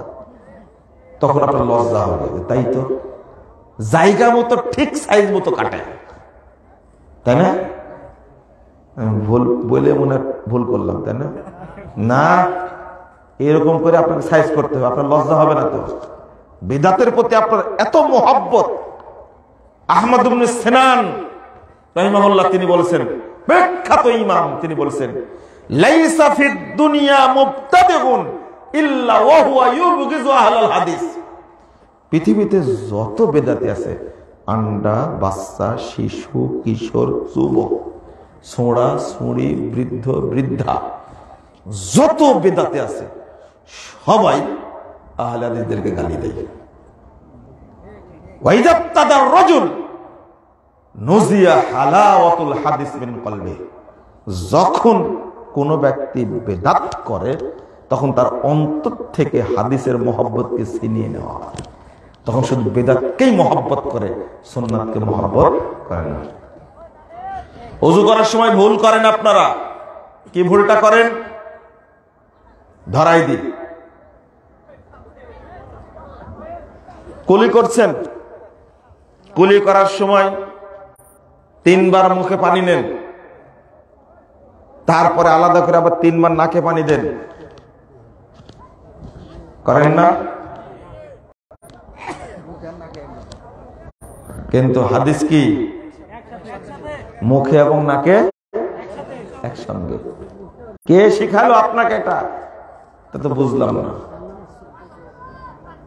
5টা হাদিস সহিহ বুখারীতে আসছে, এক চললো পানি নিয়ে মুখে এবং নাকে একসঙ্গে দিতে, এটাই সুন্নাত।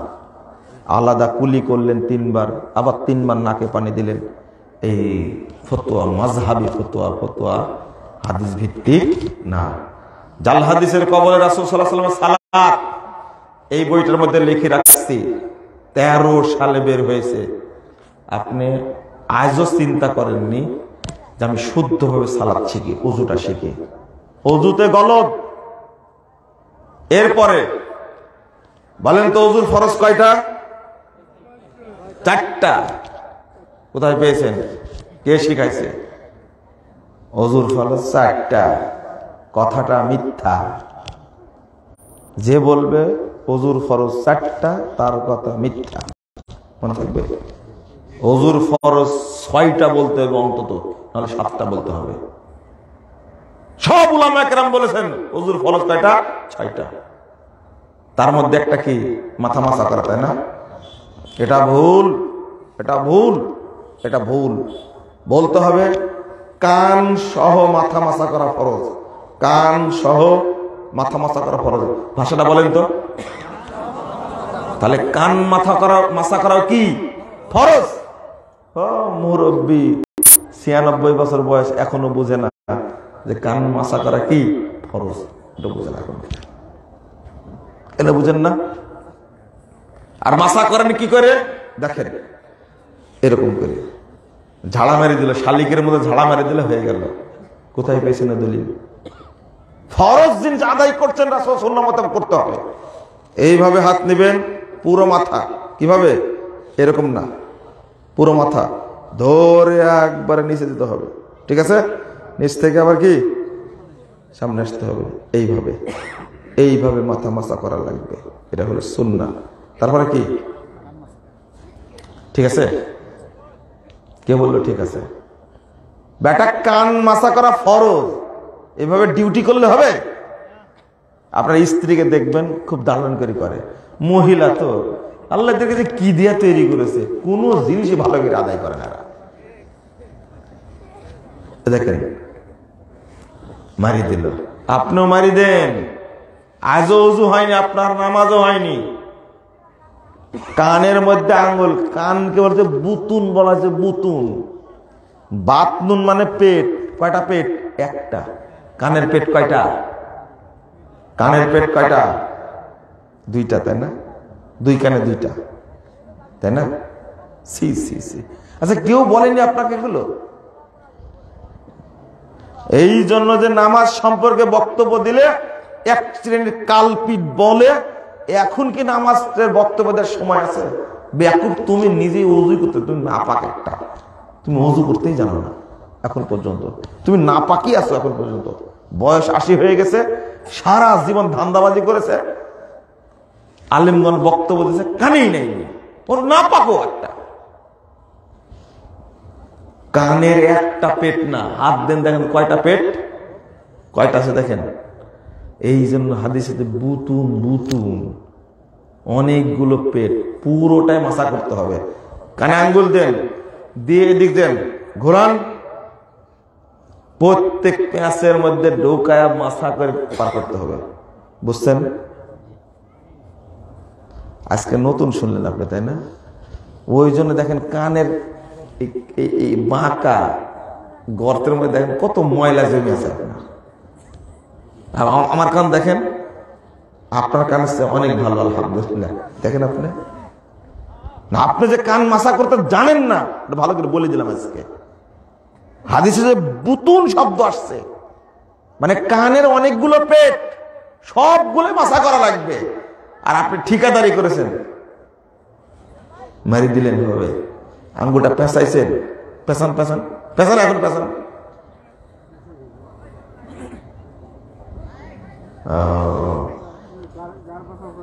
ওযু হয় না, হ্যাঁ?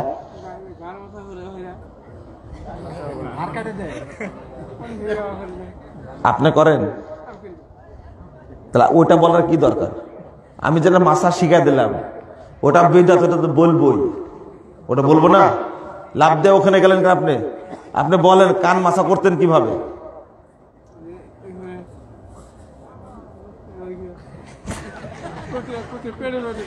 পেটে পেটে, প্রত্যেক পেটে পেটে। এই অনুবাদটা হয়েছে এবার। হ্যাঁ, কানের প্রত্যেক পেটে পেটে কি যাবে?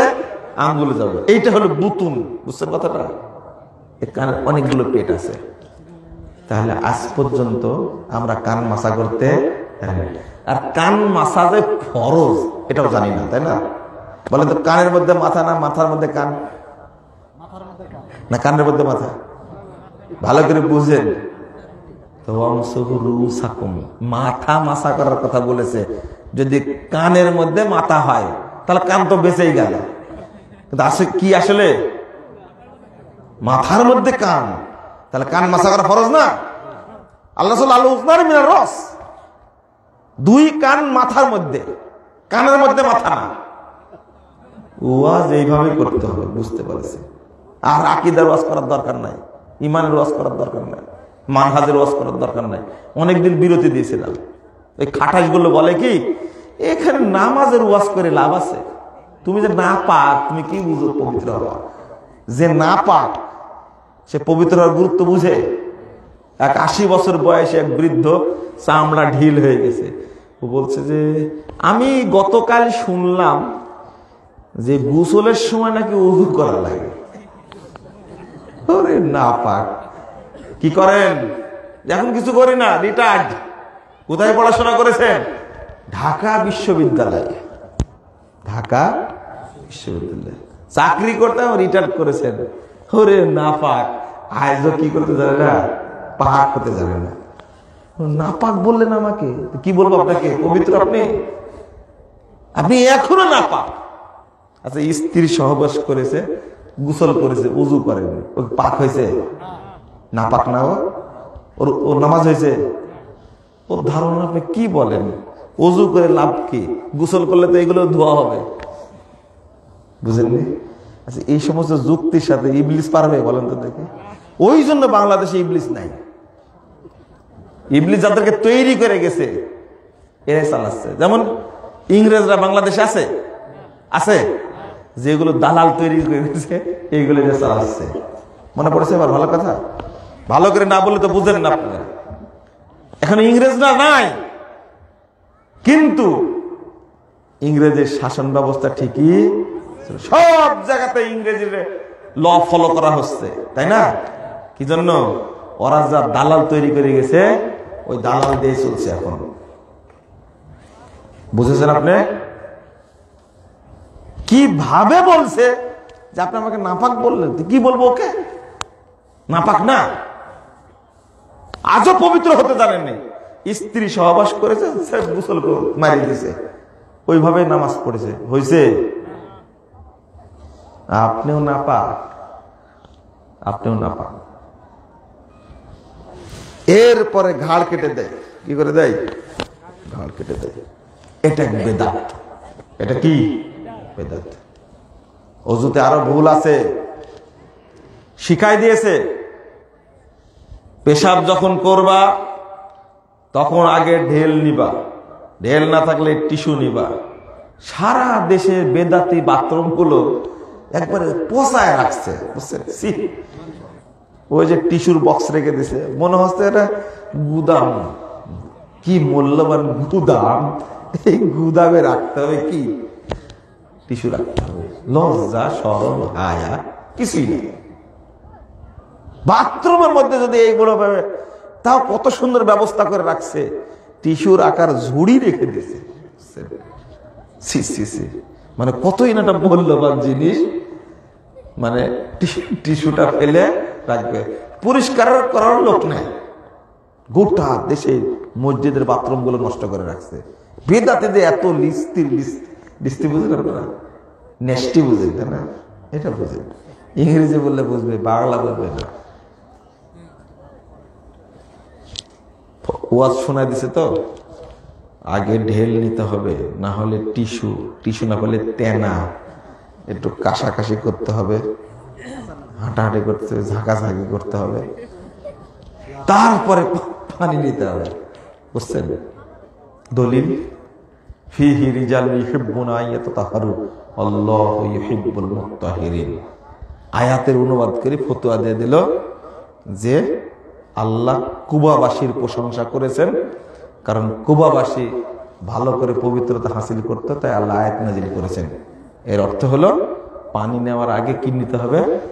তেনা, টিস্যু বা ঢেল নিতে হবে। একটু কোতাকুতি করতে হবে, 40 কদম হাঁটতে হবে। এগুলো সব আয়াতের তাফসীর।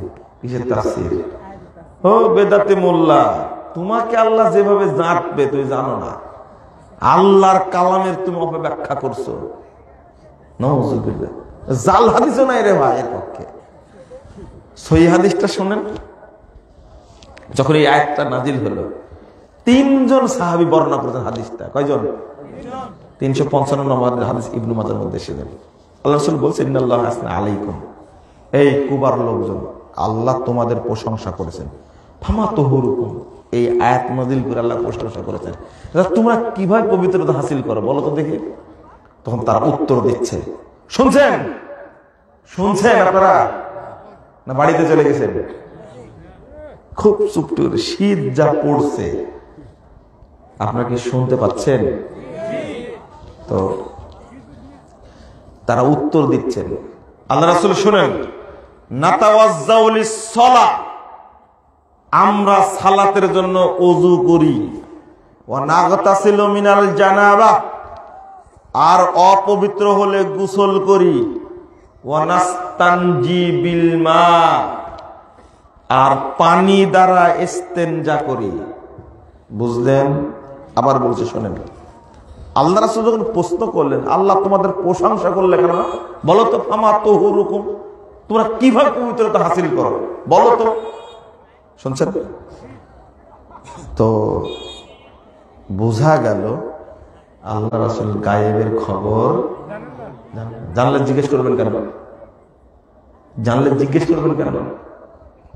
তখন তারা উত্তর দিচ্ছে, আল্লাহ রাসূল শোনেন, নাতাওয়াজ্জাউ লিস-সালাহ, সালাতের জন্য ওযু করি, নাগতাসিলু মিনাল জানাবা, অপবিত্র হলে গোসল করি, ওয়া নাস্তানজি বিল মা, পানি দ্বারা ইস্তেনজা করি। বলা মাত্র আল্লাহ রাসূল বলছেন, ফাহুয়া তাকা, ও এই জন্যই আল্লাহ প্রশংসা করেছেন। ফাআলাইকুমুহু, তোমরা এইভাবে পবিত্রতা হাসিল করবে। এর মধ্যে টিস্যু আছে, ঢেল আছে, তেনা, 40 কদম, কোঁতাকুতি, নাচানাচি, ঝাড়াঝাড়ি কিচ্ছু নাই। পানি দ্বারা ইস্তেনজা করতে হবে। পানি থাকলে পানি, পানি না থাকলে ঢেল বা টিস্যু, ঠিক আছে? পানি থাকলে কোনো কিছুই চলবে না। এখন প্রশ্ন হলো কি জানেন, পেশাব করে তুমি কুদাকুদি করো, কিন্তু টয়লেট থেকে বের হয়ে মারো না কেন? বুঝেন কথা? ময়মনসিংহ বক্তব্য দিচ্ছে, এক মুরব্বী বলছে, আপনার জানা নাই টয়লেট করার সময় পেশাব করে না ওরা। আমি বলছি, আপনি কেমনে দেখলে? বুঝেন কথা? তো বলছে যে তো বিপদে ফেলে দিলেন।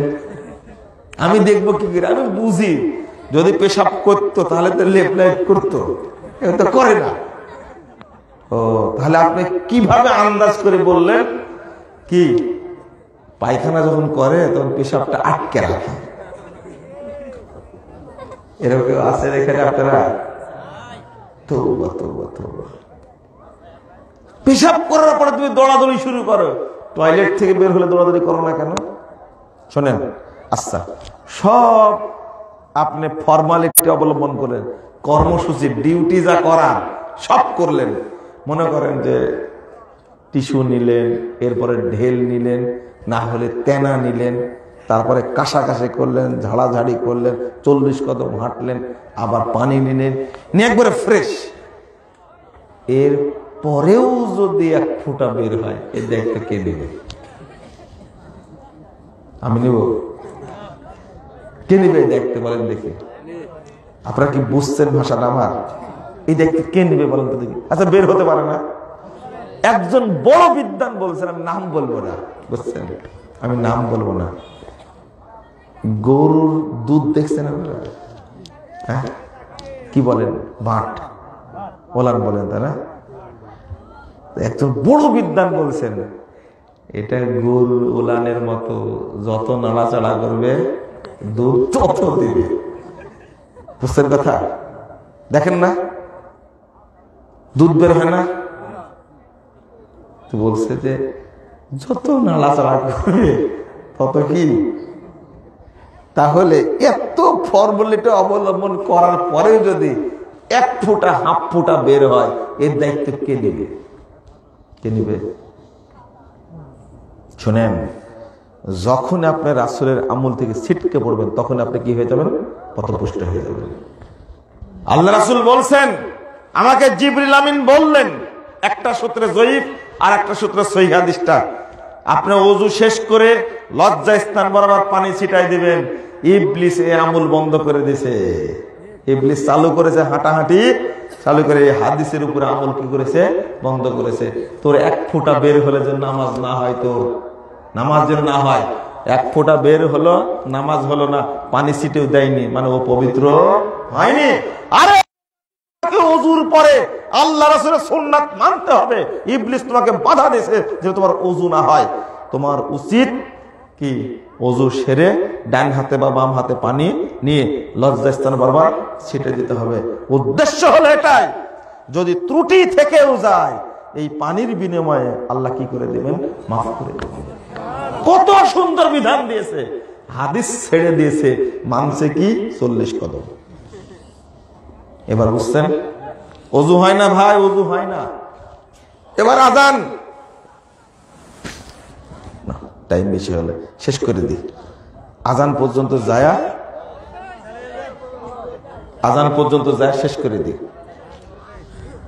আল্লাহ রাসূল সাল্লাল্লাহু আলাইহি ওয়াসাল্লাম বলেছেন, আযান একটার পর একটা দিলে, মুয়াজ্জিনের আযান দিচ্ছে, তার সাথে জবাব দিচ্ছে, শেষে গিয়ে যদি বলে মুয়াজ্জিন লা ইলাহা ইল্লাল্লাহ, আর শ্রোতাও বলে লা ইলাহা ইল্লাল্লাহ মিন কলবি, অন্তর থেকে আযানের উত্তর দিল, দাখালাল জান্নাহ, সে ব্যক্তি জান্নাতে প্রবেশ করলো।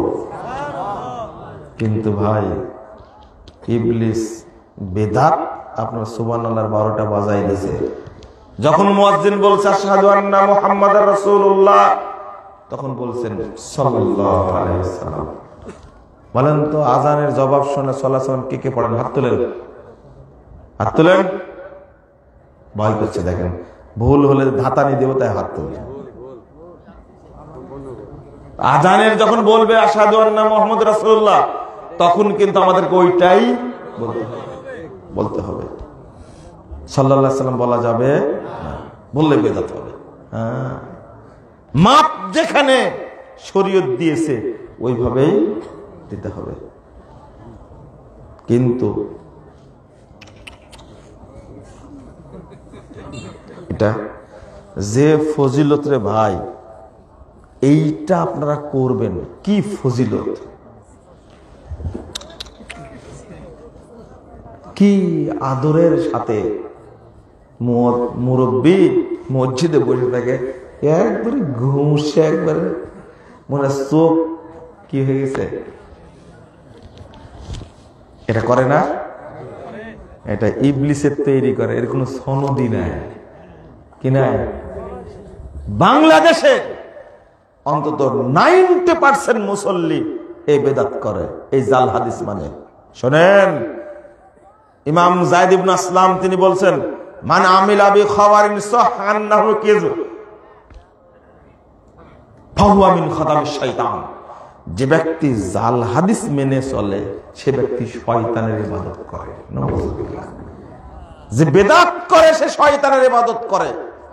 এটা জাল হাদিস মানা যাবে না, কোনো সনদই নাই, কিন্তু ফজিলত আছে। সনদ না থাকলে কি আছে? ফজিলত আছে। যে ব্যক্তি মুহাম্মাদের নাম শুনে মুখে চুমুখে বৃদ্ধ চোখ মুছবে, আল্লাহর নবী বলছেন, কাল কিয়ামতের মাঠে বিপদে পড়লে আমি সুপারিশ করে জান্নাতে নিয়ে যাব। আবার সুবহানাল্লাহ বলে। বলছি জাল হাদিস, বলছি সুবহানাল্লাহ। বুঝেননি কথা? আর একটা হাদিস আসছে, যে ব্যক্তি আযানের সময় মুহাম্মাদের নাম শুনে মুখে চুমুখে চোখ মাসা করবে, তার চোখ কোনোদিন অন্ধ হবে না, চোখে কোনোদিন রোগ হবে না। এবার হয়েছে, এবার নাউযুবিল্লাহ বলেছে, ঠিক আছে। এই জাল হাদিস, এই শয়তানের ইবাদত চালু আছে। বলেন তো, মসজিদে ঢুকে কিছু আল্লাহর ইবাদত করলেন, কিছু শয়তানের ইবাদত করলেন, কোনটা কবুল হবে? কোনটাই হবে না, উত্তর হলো এটা। বুঝলেন? আপনি মিক্সচার করে ফেলেছেন সুন্নাত আর বিদআত।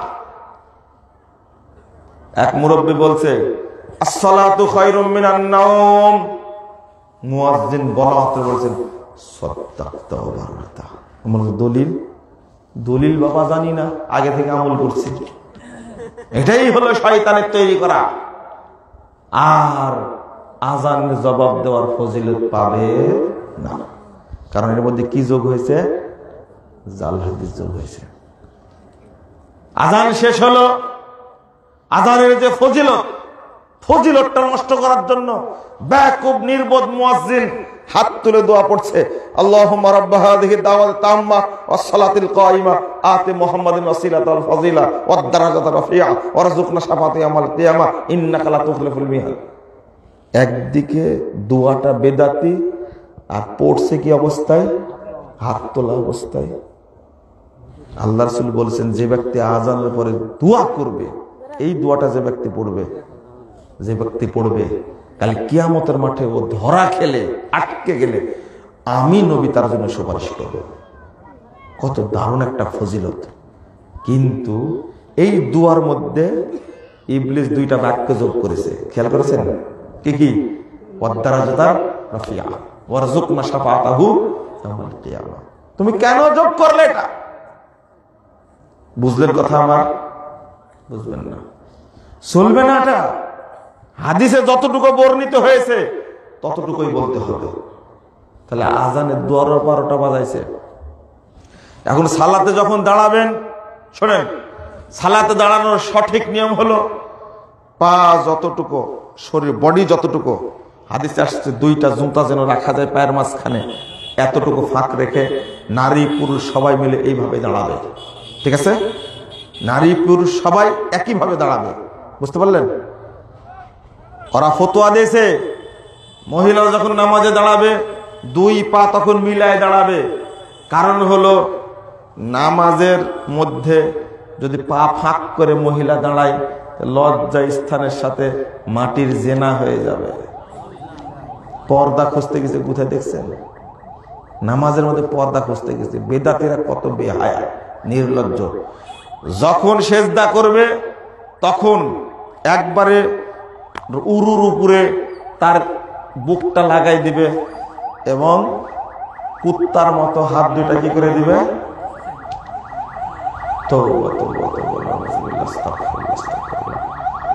আপনারা খেয়াল করলেন কথাটা?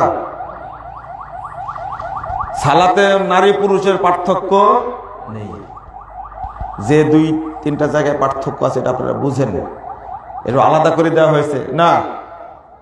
সরাসরি ওযু হয়েছে, জায়নামাজে দাঁড়াবেন, মসজিদে দাঁড়াবেন, আল্লাহু আকবার বলে যে সালাত পড়ছেন মনে মনে নিয়াত করবেন। নিয়াত করে আল্লাহ কাঁধ অথবা কাঁধ বরাবর, কান অথবা কি কানে হাত দিবেন না এইভাবে। এই হাদিস জয়ীফ। কানে হাত দিয়ে তওবা করে আল্লাহু আকবার মারবেন তো, এই হাদিস জয়ীফ। কাঁধ অথবা কান বরাবর হাত তুলে হাত বাঁধবেন আল্লাহু আকবার বলে, হয় এইভাবে বাঁধবেন অথবা এইভাবে কবজির উপরে কবজি, অথবা এইভাবে বুকের উপরে রাখবেন। বুঝছেন? বেদাতে নিয়ম হলো দাঁড়ায়া ডান পায়ের বুড়ো আঙ্গুলটাকে শক্ত করে ধরে রাখা, যেন কিয়ামত পর্যন্ত না সরে। বুঝছেন? এক বেদাত। এটা বুড়াইয়া বেদাত। এটা কি বেদাত? বুড়াইয়া বেদাত। এটা বুড়ারা তৈরি করেছে, এটা এর কোনো দলিল। এরপরে বেদাত তৈরি করেছে জায়নামাজের দোয়া, ইন্নী ওয়াজ্জাহাতু ওয়াজহা লিল্লাযী ফাতারাস সামাওয়াতি ওয়াল আরদ।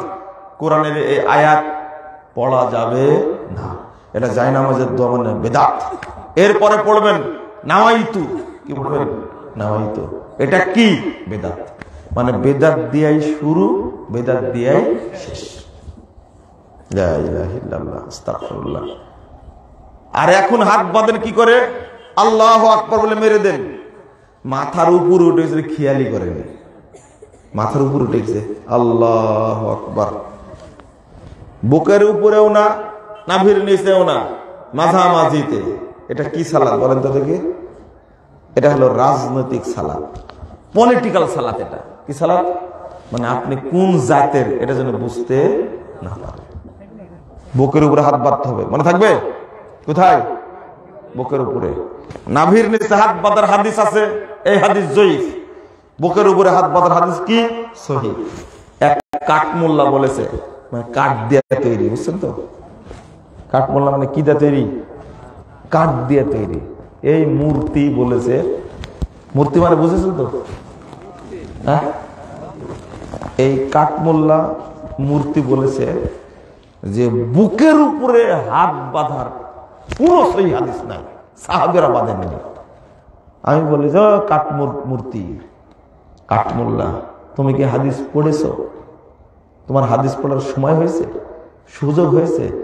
তুমি বুজুর্গ, বুজুর্গ মানে কি? বুজের গু, বুঝছেন কথা? বুজুর্গ মানে কি? বুজের গু। তুমি এই বুজের গু পড়তে পড়তে পড়তে পড়তে মাথা নষ্ট করেছে, তুমি হাদিস তো পড়োনি, পাওয়া কোথায়? মোল্লা, তোমার শরম করা উচিত। তুমি বোরকা পরে ঘুরো সমাজে, তোমার লজ্জা নাই? কয়টা হাদিস দিবে তুমি সহিহ হাদিস? বুকের উপরে হাত বাঁধা। বুখারীতে হাদিসে তোমার চোখে পড়বে না, জীবনে পড়বে না। তোমার চোখে শয়তান মুতে দিয়া তোমার চোখ নষ্ট করে দিয়েছে। বেদাত করতে করতে হাদিসের মহব্বত তোমার মধ্যে নাই। তুমি বক্তব্যতে আসো কেন? তুমি শাড়ি পরে ঘুরে বেড়ায়, অনেক মর্যাদা, বোরকা পরে তুমি, শরম নাই? কি ভাষাই বলছে? আল্লাহর নবী থেকে, সাহাবী থেকে, তাবে থেকে বুকের উপরে হাত বাঁধার কোনো হাদিস নাই। এর শরম করে না রে ভাই। এক মূর্তি, কি ওর পেটে বোম মারলে কি আসবে না? তওবা তওবা আস্তাগফিরুল্লাহ। কিভাবে কথাটা বলছে, কত নোংরা। আর এক মূর্তি বলছে আহলে হাদিসরা হাত বাঁধে এইভাবে। কি করে? এইভাবে। এই সুন্নাতকে কটাক্ষ করেছে, ও মুসলিম না, ও কি? কাফের। সুন্নাতকে কটাক্ষ করলে কেন? এই বেকুব, তোমার বউ কিভাবে হাত বাঁধে তাও দেখো না তুমি? তাহলে তো ও কি আহলে হাদিস হয়ে গেছে না? মুসলিউদ্দিন ভাই গল্প করে যে আমি সম্মেলনে অনুমতি নিতে গেলাম, অনুমতি দিবেই না। তো বলছে, এসপি সাহেব কি বলছে জানেন? অনুমতি দিলাম, আপনাদের প্রতি একটু মহব্বত তৈরি হলো তাই। কেন? আমার বউ কিন্তু আপনাদের মতো আহলে হাদিস। বুঝছেন? এসপি সাহেব কি বলছে? আমার বউ আপনাদের মতো আহলে হাদিস, ও আপনাদের মতোই বুকের উপরে হাত বেঁধে সালাত পড়ে, এই জন্য সম্মেলনের অনুমতিটা দিলাম। আসলে গেল আহলে হাদিস। বুঝলেন কথা? এইটা হলো অবস্থা। নিজের বউ সালাত আদায় করে বুকের উপর হাত বেঁধে, এই এলেমটুকু যদি না থাকে, কিভাবে দেখাচ্ছে? কি এইভাবে। আর এক মূর্তি, সে একদল মূর্তি এক জায়গায় দেখাচ্ছে, পায়ের সাথে পা মেলানো। আরে ইবলিস তোমাদের করে সেট করে দিছে, ইবলিস সেট করে দিছে যে পায়ের সাথে পা মিলিয়ে দাঁড়াতে যেন মুসল্লিরা না পারে। কারণ পায়ের সাথে পা কাঁধে কাঁধ মিলে দাঁড়ালে নেকি পেয়ে যাবে। কি পেয়ে যাবে? নেকি পেয়ে যাবে। আল্লাহ রাসূল বলছেন, কেউ যদি পায়ের সাথে পা মিলে কাঁধে কাঁধ মিলে সালাতে দাঁড়ায়, আল্লাহ তার মর্যাদা বৃদ্ধি করে দেন, তার জন্য আল্লাহ জান্নাতে ঘর তৈরি করেন। ইবলিস শয়তান রাখেনি, বলছে আমরা কাতার সোজা করি, মোবাইল বন্ধ করি। এই বিড়াল, তোমাকে ইমামতি করতে কে বলেছে? হাদিসের ভাষা হলে কি?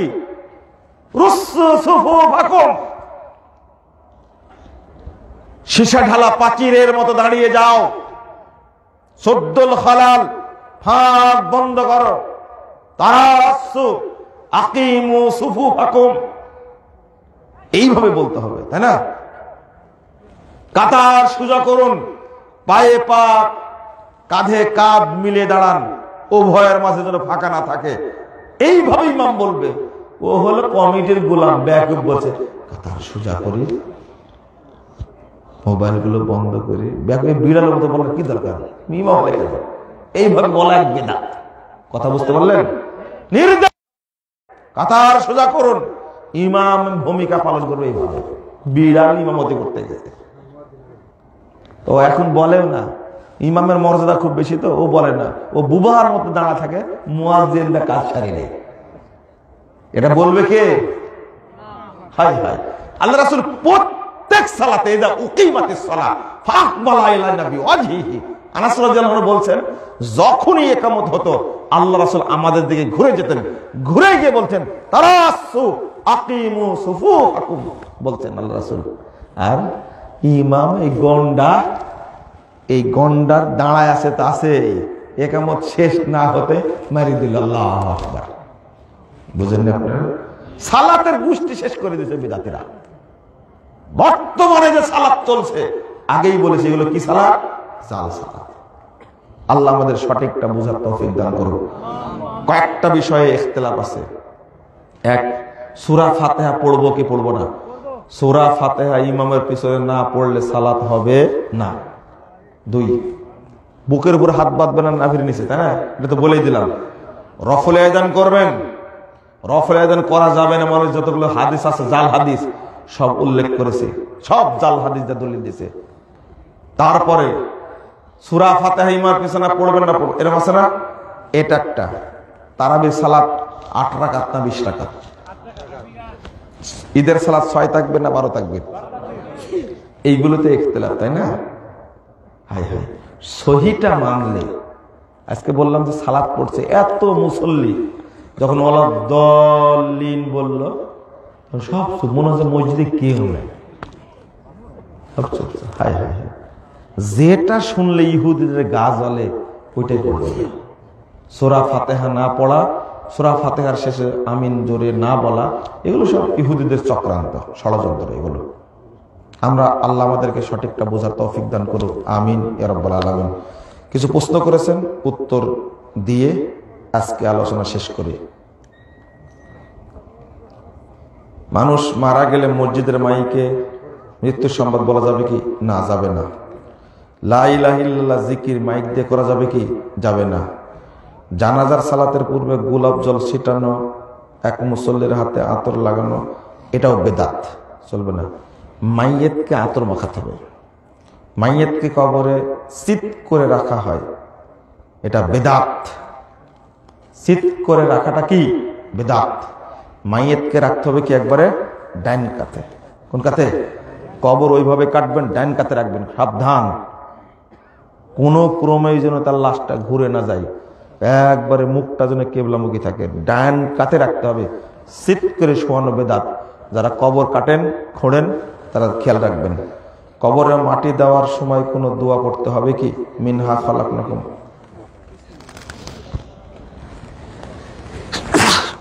আলহামদুলিল্লাহ, ইয়াহদিকুমুল্লাহ। শোনেন, কবরে মাটি দেওয়ার সময় মিনহা খালাকনাকুম পড়া এটা একটা বেদাত। এটা কি? বেদাত। মিনহা খালাকনাকুম পড়তে হয় কখন জানেন? যখন মাইয়েতকে শুয়াচ্ছে কবরে তখন পড়তে হয়, এটা মাটি দোয়ার দোয়া না। তবে হাদিসটা জয়ীফ, হাদিসটা কি? মুনকার, এটা বলা যাবে না। মিনহা খালাকনাকুম কখন পড়ার কথা এসেছে? কখন পড়ার কথা এসেছে বলাম শিখেন আগে। যখন মাইয়েতকে শুয়াবে তখন, বুঝা গেছে? মাটি দেওয়ার দোয়া এটা না। কিন্তু ওই হাদিসটাও কি? জয়ীফ। কবরে রাখার সময় মিনহা খালাকনাকুম পড়তে হবে, যে বর্ণনা এসেছে মুসনাদে আহমদে, এটা কি? মুনকার। বরং পড়তে হবে কি? বিসমিল্লাহে ওয়া আলা মিল্লাতে রাসূলিল্লাহ। আহলে হাদিসের অনেক আলেম সম্মিলিতভাবে হাত তুলে মুনাজাত করেন। হাই হাই হাই, মুনাজাতের পাগল এখনো আছে, তাই না? এই বেদাত ছাড়তে ইচ্ছা করে না, তাই না? কাঁচা বেদাতের হয়, খুব সুস্বাদু বেদাতের। হ্যাঁ, যারা সালাত পড়ে না তাদের তাদের তাদের তাদের বাড়িতে কি খাওয়া যাবে? আপনি কি এতটাই খারাপ হয়ে গেছেন বেনামাজের বাড়িতে খেতে যাবেন? আপনি ভিক্ষাকারী খাবেন? আপনি একই মাটিতে ওয়াজ মাহফিল হয়েছে, কি লেখছে? একই মাটিতে, ওই মাটিতে আবার নাচ গান হচ্ছে, জমির মালিকের কি ক্ষতি হবে? কি ক্ষতি হবে মানে কি? মুনাফিক একটা। লা হাওলা ওয়ালা কুওয়াতা ইল্লা বিল্লাহ। এটা করবেন না। ওই মাটি সাক্ষী দেবে কিয়ামতের মাঠে, ইয়াউমাইদিন তুহাদ্দিসু আখবারাহা। বাবরি চুল রাখার পরে কেউ কেটে ফেললে এর কি কোনো ক্ষতি হবে? না, ক্ষতি হবে না। আমার টাকার প্রয়োজন, কিন্তু টাকা নাই।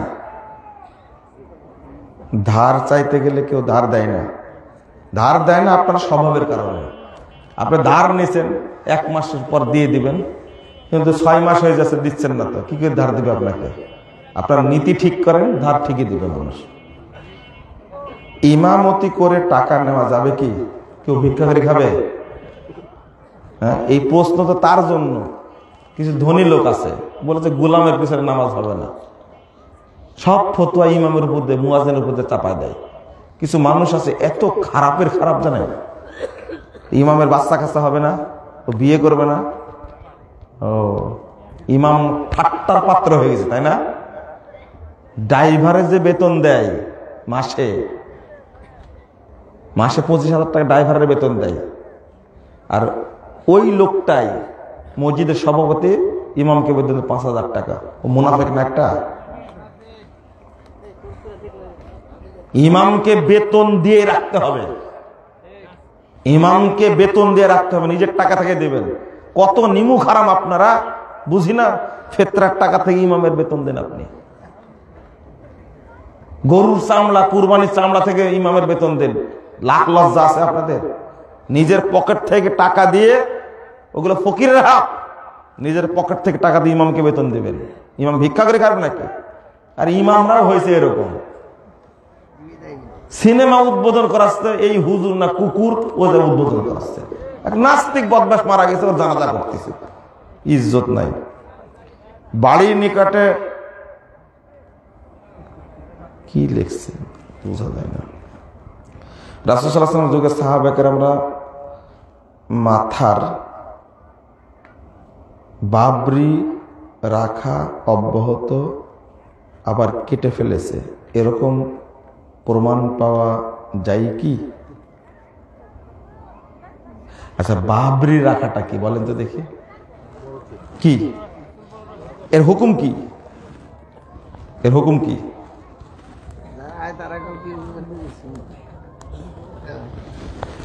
আমাদের এক মুরব্বী মারা গেছেন তবলিগের, হাবিবুর রহমান, গত সোমবারে মারা গেছেন। আপনারা দোয়া করবেন আল্লাহ তাকে জান্নাতুল ফেরদাউস দান করেন, আমিন। অনেক পরিশ্রমী মানুষ ছিলেন, আমি শুনে খুব কষ্ট পেলাম। আসলে মানুষ মারা যাবে, ঠিক আছে, আল্লাহ যেন আমাদেরকেও জান্নাতুল ফেরদাউসের মেহমান হিসাবে কবুল করে নেন, আমিন ইয়া রাব্বাল আলামিন। বলেন, বাবরি রাখা ফরজ, ফরজে আইন, ফরজে কিফায়া, না ওয়াজিব, না সুন্নাতে মুআক্কাদা, না সুন্নাত, না মুস্তাহাব, না মুবাহ, না জায়েজ? হুকুম কি জানেন না। প্রশ্ন করেছেন এতগুলো, জানবেন না আপনি? যেদিন প্রশ্ন করবেন যে বাবরি রাখা সুন্নাত, ফরজ, না ওয়াজিব, না জায়েজ, না মুস্তাহাব, না মুবাহ, না সুনানুল জায়েজ, না সুনানুল হুদা, যেদিন প্রশ্ন করবেন সেদিন উত্তর দেব। না না, আমি প্রশ্ন উত্তর দেব না। তো আমাকে তো চিনেন আপনারা, চিনেন না? প্রশ্ন করে উত্তর দিই আমি?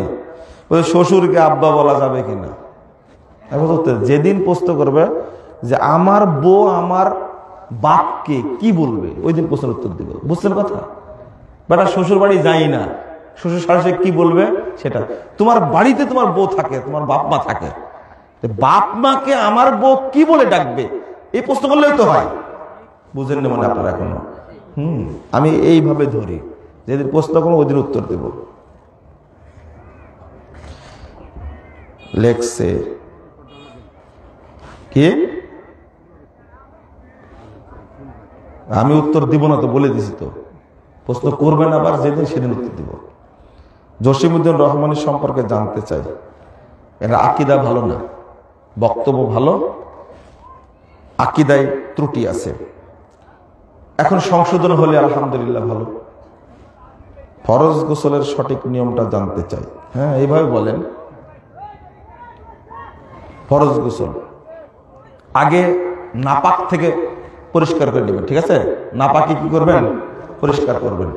এরপরে ওযু করবেন, শুধু পা দুইটা ধুবেন না, এরপরে গোসল করে পা ধুয়ে বেরিয়ে আসবেন, আর ওযু করা লাগবে না। তবে যদি লজ্জা স্থানে হাত লেগে যায় ওযু করার সময় সরাসরি, তাহলে আপনাকে আবার ওযু করতে হবে। বুঝছেন কথা? এই জন্যই আগে নাক পাকি পরিষ্কার করে তারপরে ওযু করতে হবে, তারপরে গোসল করতে হবে। সারা বিশ্বে একই দিনে সিয়াম রাখার বিধান কি? কোনো বিধান নাই। যে ভূখণ্ডে যে অঞ্চলে চাঁদ দেখা গেছে সেই অঞ্চলের মানুষ কি রাখবে? সিয়াম রাখবে, ঈদ করবে।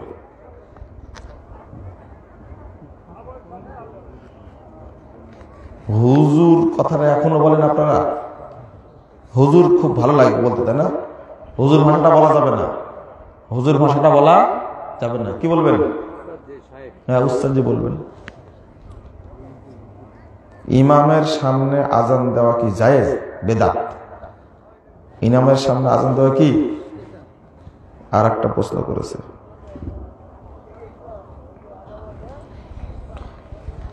সংগঠন করা কি ফরজ?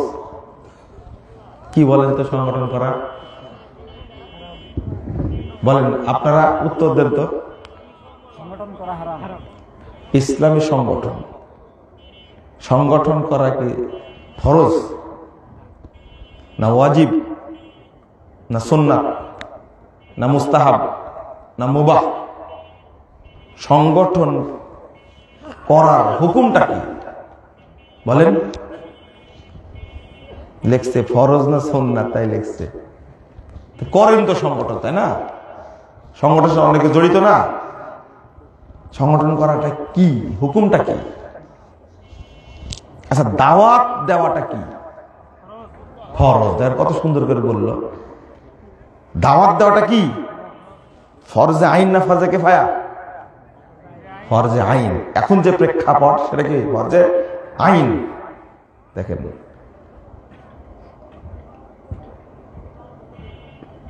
এখন আপনি ভাবেন দাওয়াতটা কি? সবাই বলছেন কি ফরজে আইন, সংগঠন কি এটা বলতে পারছেন না। কথা বুঝতে পারলেন? সংগঠনের হুকুমটা কি? আচ্ছা বলেন তো, সংগঠনের জন্য দাওয়াত না দাওয়াতের জন্য সংগঠন? দাওয়াতের জন্য সংগঠন। কিন্তু আপনাকে যদি বলি দাওয়াতের জন্য সংগঠন, বলেন তো দাওয়াত কত প্রকার? বলতে পারবেন না। দায়ীর গুণাবলী বলেন তো 3টা, বলতে পারবেন না। কিন্তু আপনাকে যদি প্রশ্ন করি, সব শর্টকাটে উত্তর দিয়ে দেবেন আপনি, এমন তাড়াতাড়ি উত্তর দেবেন আপনি। যেমন যদি প্রশ্ন করা হয় আপনার জেলা সংগঠনে দায়িত্বশীল কয়জন, পট করে উত্তর দেবেন 23 জন আছি আমরা। শাখাতে সভাপতিকে, সহসভাপতিকে, সেক্রেটারিকে পারবে না বলতে? পটাপট বলে দেবে। কিন্তু এই লোকটাকে জিজ্ঞেস করেন দাওয়াত কাকে বলে, দায়ের গুণাবলী কি, দাওয়াত কয় প্রকার, বলতে পারবে না। তা আপনি যেটা বললেন, আপনার লক্ষ্য সংগঠন না দাওয়াত? আসলে দাওয়াত উদ্দেশ্য না, উদ্দেশ্য কি? সংগঠন। চলবে না এটা। আপনাকে যদি বলি সংগঠনের প্রশিক্ষণ দেয় কে, দেখবেন যে প্রশিক্ষণ দেয় সে আকীদাও জানে না, তাওহীদও জানে না, ইখলাসও জানে না, মানহাজও জানে না। ও কোথা থেকে জানবে? প্রশিক্ষণ দিচ্ছে ও পলিটিক্যাল সায়েন্সে কি করা? মাস্টার্স করা, ইংরেজিতে মাস্টার্স করা, বাংলাতে মাস্টার্স করা। ও দ্বীনি দাওয়াতের কি বুঝে? বর্তমান সময়ে এটাই চলছে সংগঠন। আরেকটা আমরা বললেন কি, সংগঠনটা দাওয়াতের কি মাধ্যম। আচ্ছা, হজ করা কি বুঝেন তো? ফরজ। আর ঘোড়ায় চড়ে হজ করা এটা কি? ঘোড়ায় চড়া এটা কি? কি শোনেন, এই যে বক্তব্য দিচ্ছি, বক্তব্য দাওয়াত দেওয়া এটা কি? ফরজ। মাইকে দাওয়াত দেওয়া এটা কি? মাইক দিয়ে দাওয়াত দেওয়া মাইকটা কি? মাধ্যম, তাই না? মাইকটা কি? মাধ্যম। হায় হায়, তো যদি মাইকটাকে আপনি ফরজ করে নেন, যদি বলতেন আল্লাহ রাসূল উটে চড়ে হজ করেছে, হজ যেমন ফরজ উট তেমন ফরজ, তাহলে এখন বিমানে হজ করা যেত না। হজ ইবাদত, কিন্তু উটে চড়া কি ইবাদত? উটে চড়া কি ইবাদত না। এখন হজে যাওয়ার সময় যদি উটি লক্ষ্য হয়, আপনার উটি যদি বেশি লক্ষণীয় হয়, আপনার কাছে গুরুত্বপূর্ণ হয়, তা আপনার ইবাদত আছে? একটা হলো ইবাদত, আর একটা হলো ইবাদতের উপকরণ। মনে থাকবে, এটা কি? মাধ্যম। মাইকটা কি ইবাদত? প্রচার করার কি মাধ্যম? ঠিক সংগঠনটা দাওয়াতের কি মাধ্যম। আরে আজকে আছে, শোনেন, আগে ব্যবহার করতেন কি আপনারা? আগে ব্যবহার করতেন কি আপনার ওই যে ক্যাসেট, ক্যাসেট, তাই না? এখন দেশে কোথাও পাওয়া যাবে ক্যাসেট? আরে বিবিসি বন্ধ হয়ে গেছে। 41 সালে শুরু হয়েছিল, গত শুক্রবারের দিন না গত সোমবারের দিন সর্বশেষ সম্প্রচার করে বিবিসি বন্ধ হয়েছে। মানে রেডিও আর মানুষ শুনে না, খবরের মাধ্যম ছিল বিবিসি, বন্ধ হয়ে গেছে। এখন মাধ্যম হয়ে গেছে উল্টাটা। কথা বুঝলেন? এখন মানুষ শুনতে চায় না, সরাসরি দেখতে চায়, ভিডিওর মাধ্যমে দেখাচ্ছে সরাসরি। বিবিসির মতো একটা চ্যানেল বন্ধ হয়ে গেল। আপনি ভাবতে পারেছেন? 1941 সালে শুরু হয়েছে। আগে সিডি নিয়ে বেড়াতেন, এখন সিডি ব্যবহার করে কেউ না। আগে এই সংগঠন 200 বছর আগে ছিল না, ছিল না। এইটাকে আপনি ফরজ বললেন কি করে? আগে দাওয়াত চলেছে কিভাবে? আগে কোনো বিশ্ববিদ্যালয় ছিল না। আগে মসজিদটাই ছিল বিশ্ববিদ্যালয়। একজন বড় শেখ বলছেন, তোমাদের পড়ার আমাদের পড়ার পার্থক্য হলো, আমরা পড়েছি জামেতে আর তোমরা পড়ছো জামিয়াতে। জামে মানে জামে মসজিদ, আর জামিয়া মানে বিশ্ববিদ্যালয়। চেঞ্জ হয়ে গেছে। আশ্চর্য ব্যাপার। আজকে দাওয়াতের মাধ্যম যেটা চলছে, আগে ছিল দার্সের মাধ্যমে দাওয়াত, মসজিদে দাওয়াত ছিল, আর পরে হলো কি সংগঠনের মাধ্যমে। আগামী 10 বছর পরে যদি সংগঠন না থাকে, তখন কি হবে আপনার? এখন তো আর দাওয়াত দেন না, যাই নেটের সামনে বসে কি করে দিচ্ছে, বক্তব্য দিচ্ছে, হাজার হাজার মানুষ শুনছে না? তা আগামী দিনে যদি এইরকম হয়, একটা বক্তব্য দিয়ে দিচ্ছে, কোনো মিটিং মিছিল কিচ্ছু না, অমুক তারিখে অমুক জায়গায় সমাবেশ হবে, যাচ্ছে না, সফর করছে না, তারিখ পাওয়ার পরে বাংলাদেশের সব মানুষ সেই জায়গায় কি করছে, জড়ো হচ্ছে। আগামী দিনে থাকবে না। তোমরা ফরজ বানালি কেন? একটা উপকরণ, আর একটা কি ইবাদত। এবার বুঝেছেন কি না? এত খোলা বলার দরকার নাই। কবরকে সামনে রেখে জিয়ারত করা যাবে কি না? কবরের ডানে বামে দাঁড়াতে হবে, কেবলামুখী হয়ে দাঁড়াতে হবে। দানের টাকা দিয়ে কি হাদিয়া দেওয়া যাবে? মানে দানের টাকা হাদিয়া মানে মসজিদে দান করেছে মালিক মসজিদ, ওই টাকাটা হাদিয়া দেওয়া যাবে? আর দিও না।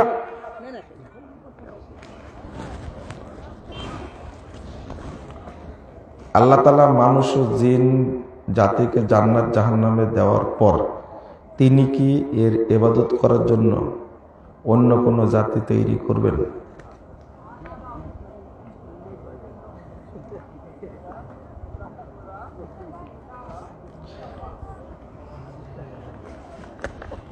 এটা একটা পোস্টার ছেড়েছে, হ্যাঁ, পোস্টার ছেড়ে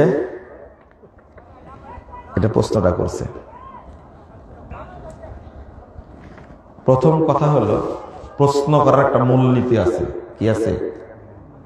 প্রশ্ন করার খেয়াল রাখতে হবে, যে বিষয়ে আল্লাহ রাসূল সাহাবীরা প্রশ্ন করেননি ওই বিষয়ে প্রশ্ন করা যাবে না। এটা একটা মূলনীতি। আপনার মনে চাইলে উত্তর দিয়ে দিলেন, প্রশ্ন করলেন, এটা চলবে না। দেখি তোমরা তো খুব ব্রেনি ছেলে, একটা প্রশ্ন করি দেখি। এই ছেলে দেখতে খুব সুন্দর, দাঁড়াও, সঠিক উত্তর দেবে, পারবা তো? ইনশাল্লাহ চেষ্টা করবে। তুমি মুসলমান না বাংলাদেশি? বাংলাদেশি না, তাহলে এই দেখো উত্তর হলো, আমি প্রশ্ন করেছি উত্তর হবে কয়টা? একটা। মুসলমান, বাংলাদেশি না। তাহলে ওর ন্যাশনাল আইডি থাকলে বাদ দিয়ে দিবেন ওকে, এটা বাংলাদেশি না, বাংলাদেশকে অস্বীকার করছে। তাহলে মুসলমান না তুমি? কি মুসলমান তুমি? বাংলাদেশি না। এই ঠিক আছে উত্তর।